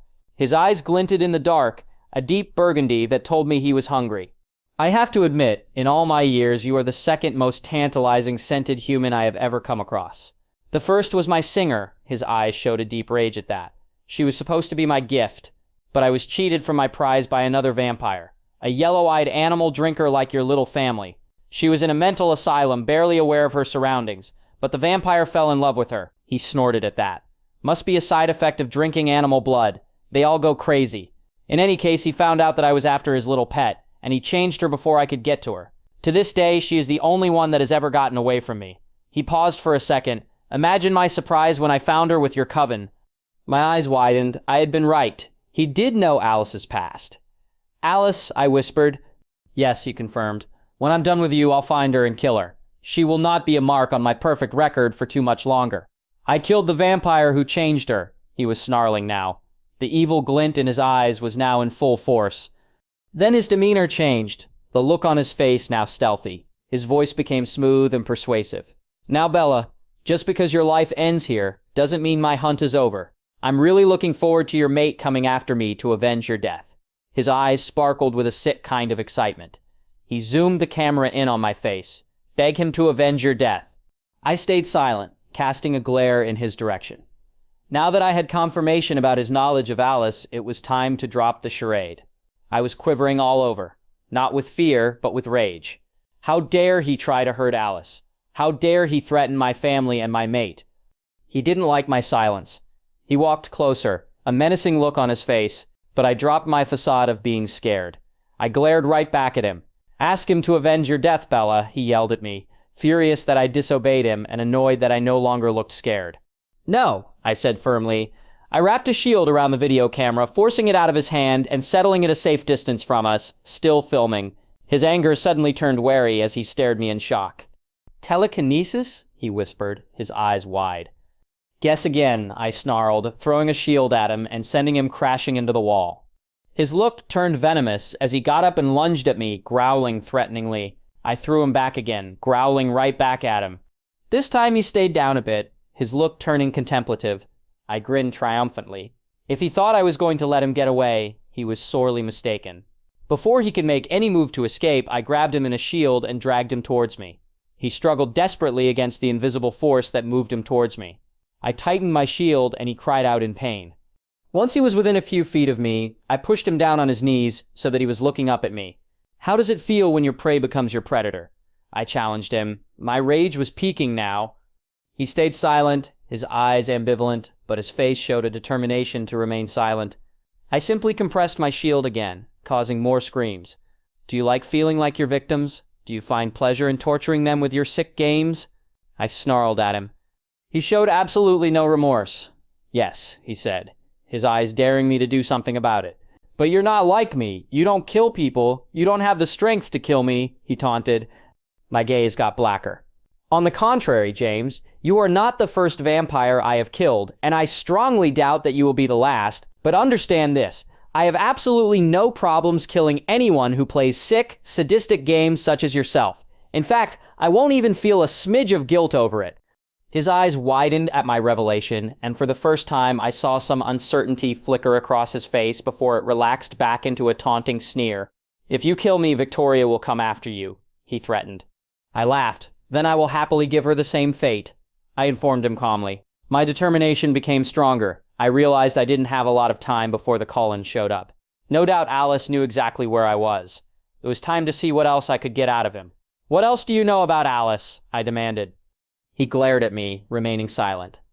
I simply smiled, compressing my shield around his pinky finger until it fell off and hit the floor with a soft thud. James moaned in pain before collecting himself and glaring at me. Start speaking now or you'll lose the whole hand, I threatened. If you're going to kill me anyway, why should I tell you anything, he snarled. So that your death is quick, I answered. If you don't answer my questions, I will tear off all of your limbs one by one slowly and painfully while you scream and beg for mercy, a mercy which you never gave to any of your victims. I was determined that he should pay for what he'd done. I sliced off his other pinky, feeling a sick sense of power when he cried out in pain. Your whole hand will be next, I warned. He started talking. Her name was Mary Alice Brandon. She was born in Biloxi and was placed into the asylum at a young age due to her apparent ability to see visions of the future. She had a sister called Cynthia. Her parents placed her into the asylum, then claimed she was dead. They even gave her a grave. He chuckled darkly. The date on her tombstone and her admittance papers were the same. It's not like anyone would have missed her if I had killed her. In fact, I gathered from her family that they would have welcomed her death so that they wouldn't have to pay any more bills from the asylum. I would have been doing them a favor. He sounded so confident of that I was chilled to the bone. My anger spiked and I could no longer hold back. This is for Alice, I snarled before grabbing his head in my shielded hands and twisted hard, ripping it off. I crushed his body thoroughly with my shield, his life ending with a loud screech. I calmed down after that, slowly using my shield to rip up some of the wooden floor and stacking it against the vampire pieces. Reaching in my pocket, I pulled out the lighter Felix had given me all those years ago and flicked it open. Bending down, I was just about to set him on fire when the doors burst open with a loud crash. I straightened up to see the Cullens rush in, their faces worried and fearful. Their anxious looks turned to shock as they took in James's crushed body parts lying on the floor, the large pile of wood, and the lighter in my hand. Edward was the first to rush to my side, grabbing me and holding me tight. Thank God you're all right, he whispered as he buried his nose in my hair. As the adrenaline started to wear off, I realized how much energy this confrontation with James had spent, and I wilted into his arms, enjoying the sensation of being with him again. "I missed you," I whispered. He sighed. "I missed you too. I was so worried, Bella." He pulled back to look into my eyes. His golden eyes were serious and worried.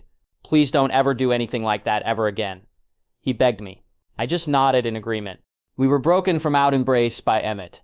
"Aw, Bella, couldn't you have waited? I wanted to fight him," he whined, looking like a little boy that had been denied his favorite toy.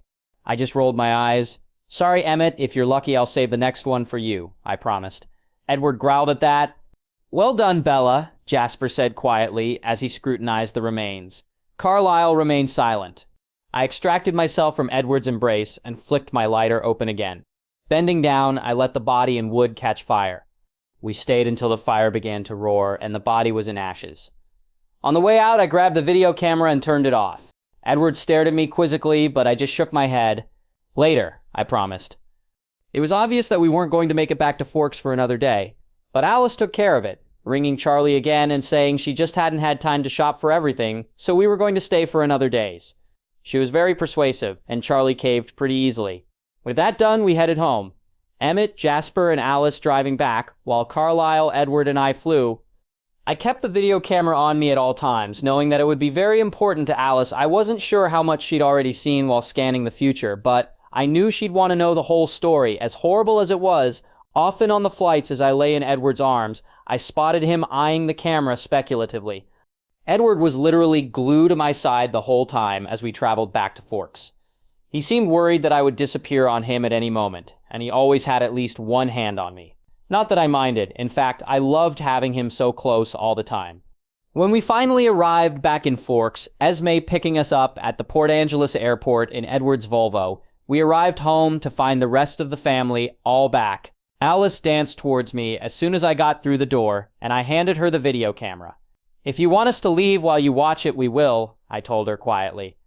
She shook her head, although there was indecision in her eyes. "No, Bella, I want you all to find out with me." I nodded and led Edward over to the sofa while Alice connected up the camera to the TV. I noticed everyone's curious glances and explained.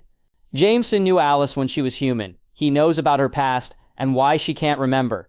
Their eyes widened and they turned back to the screen urgently as Alice pressed play. We all watched in silence as the video started. When Edward saw James telling me to ask him to avenge my death, he snarled, drawing me closer to him as if to reassure himself that I was really here. They all tensed when James lunged for me, but they relaxed slightly when they saw him flung into a wall. They were absolutely silent as they watched me torture the information about Alice out of James. When the video finally finished with us watching James burn into ashes, I turned to look at Alice. She was quivering in Jasper's arms, as he attempted to calm her. We sat quietly, the rest of the family's gazes moving between Alice and I. Finally, Alice calmed. She turned to me. "Thank you, Bella, not only for finding out the information, but for killing him for me," she said gratefully. I smiled at her. "You're welcome, Alice. You would have done the same for me." Jasper nodded at me, new respect and gratefulness in his eyes. Emmett, of course, couldn't bear the seriousness of the situation and broke it up.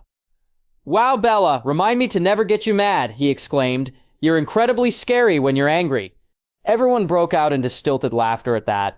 Carlisle had picked up on a different part of the dialogue between James and me. "He's not the first vampire you've killed?" he asked softly. I shook my head. "No, a few years ago a vampire tried to attack me, and I killed him as a reflex," I explained, leaving out the part where I was in Volturi at the time. They relaxed a little, though they all seemed to have finally understood how dangerous I was to them. "I would never hurt you guys, though," I promised urgently, worried that they might suddenly not want me around now that they knew I could easily kill them all. "We know, dear," Esme assured me, a genuine smile on her face. "We trust you just as much as you trust us." I relaxed, relieved, into Edward's arms. I looked over at the clock and realized that it was late on Tuesday afternoon. It was time for me to go home. I knew Alice needed some quiet time to think about all she had learned, and Charlie would need his dinner.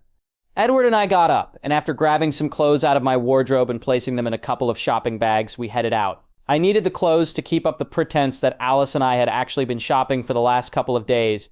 Charlie was happy to see me, and glad that I'd had a good time shopping with Alice and Rosier, although he warned me that it couldn't become a frequent occurrence for me to miss school for shopping, even if I did already know everything that was being taught. While I waited for Edward to reappear before I went to sleep, I called Volterra, and they were relieved to hear that I was fine, Felix and Dimitri congratulating me on my trapping and killing of James. They were all now eager for the Cullens to know about them so that they could come and visit me every now and then.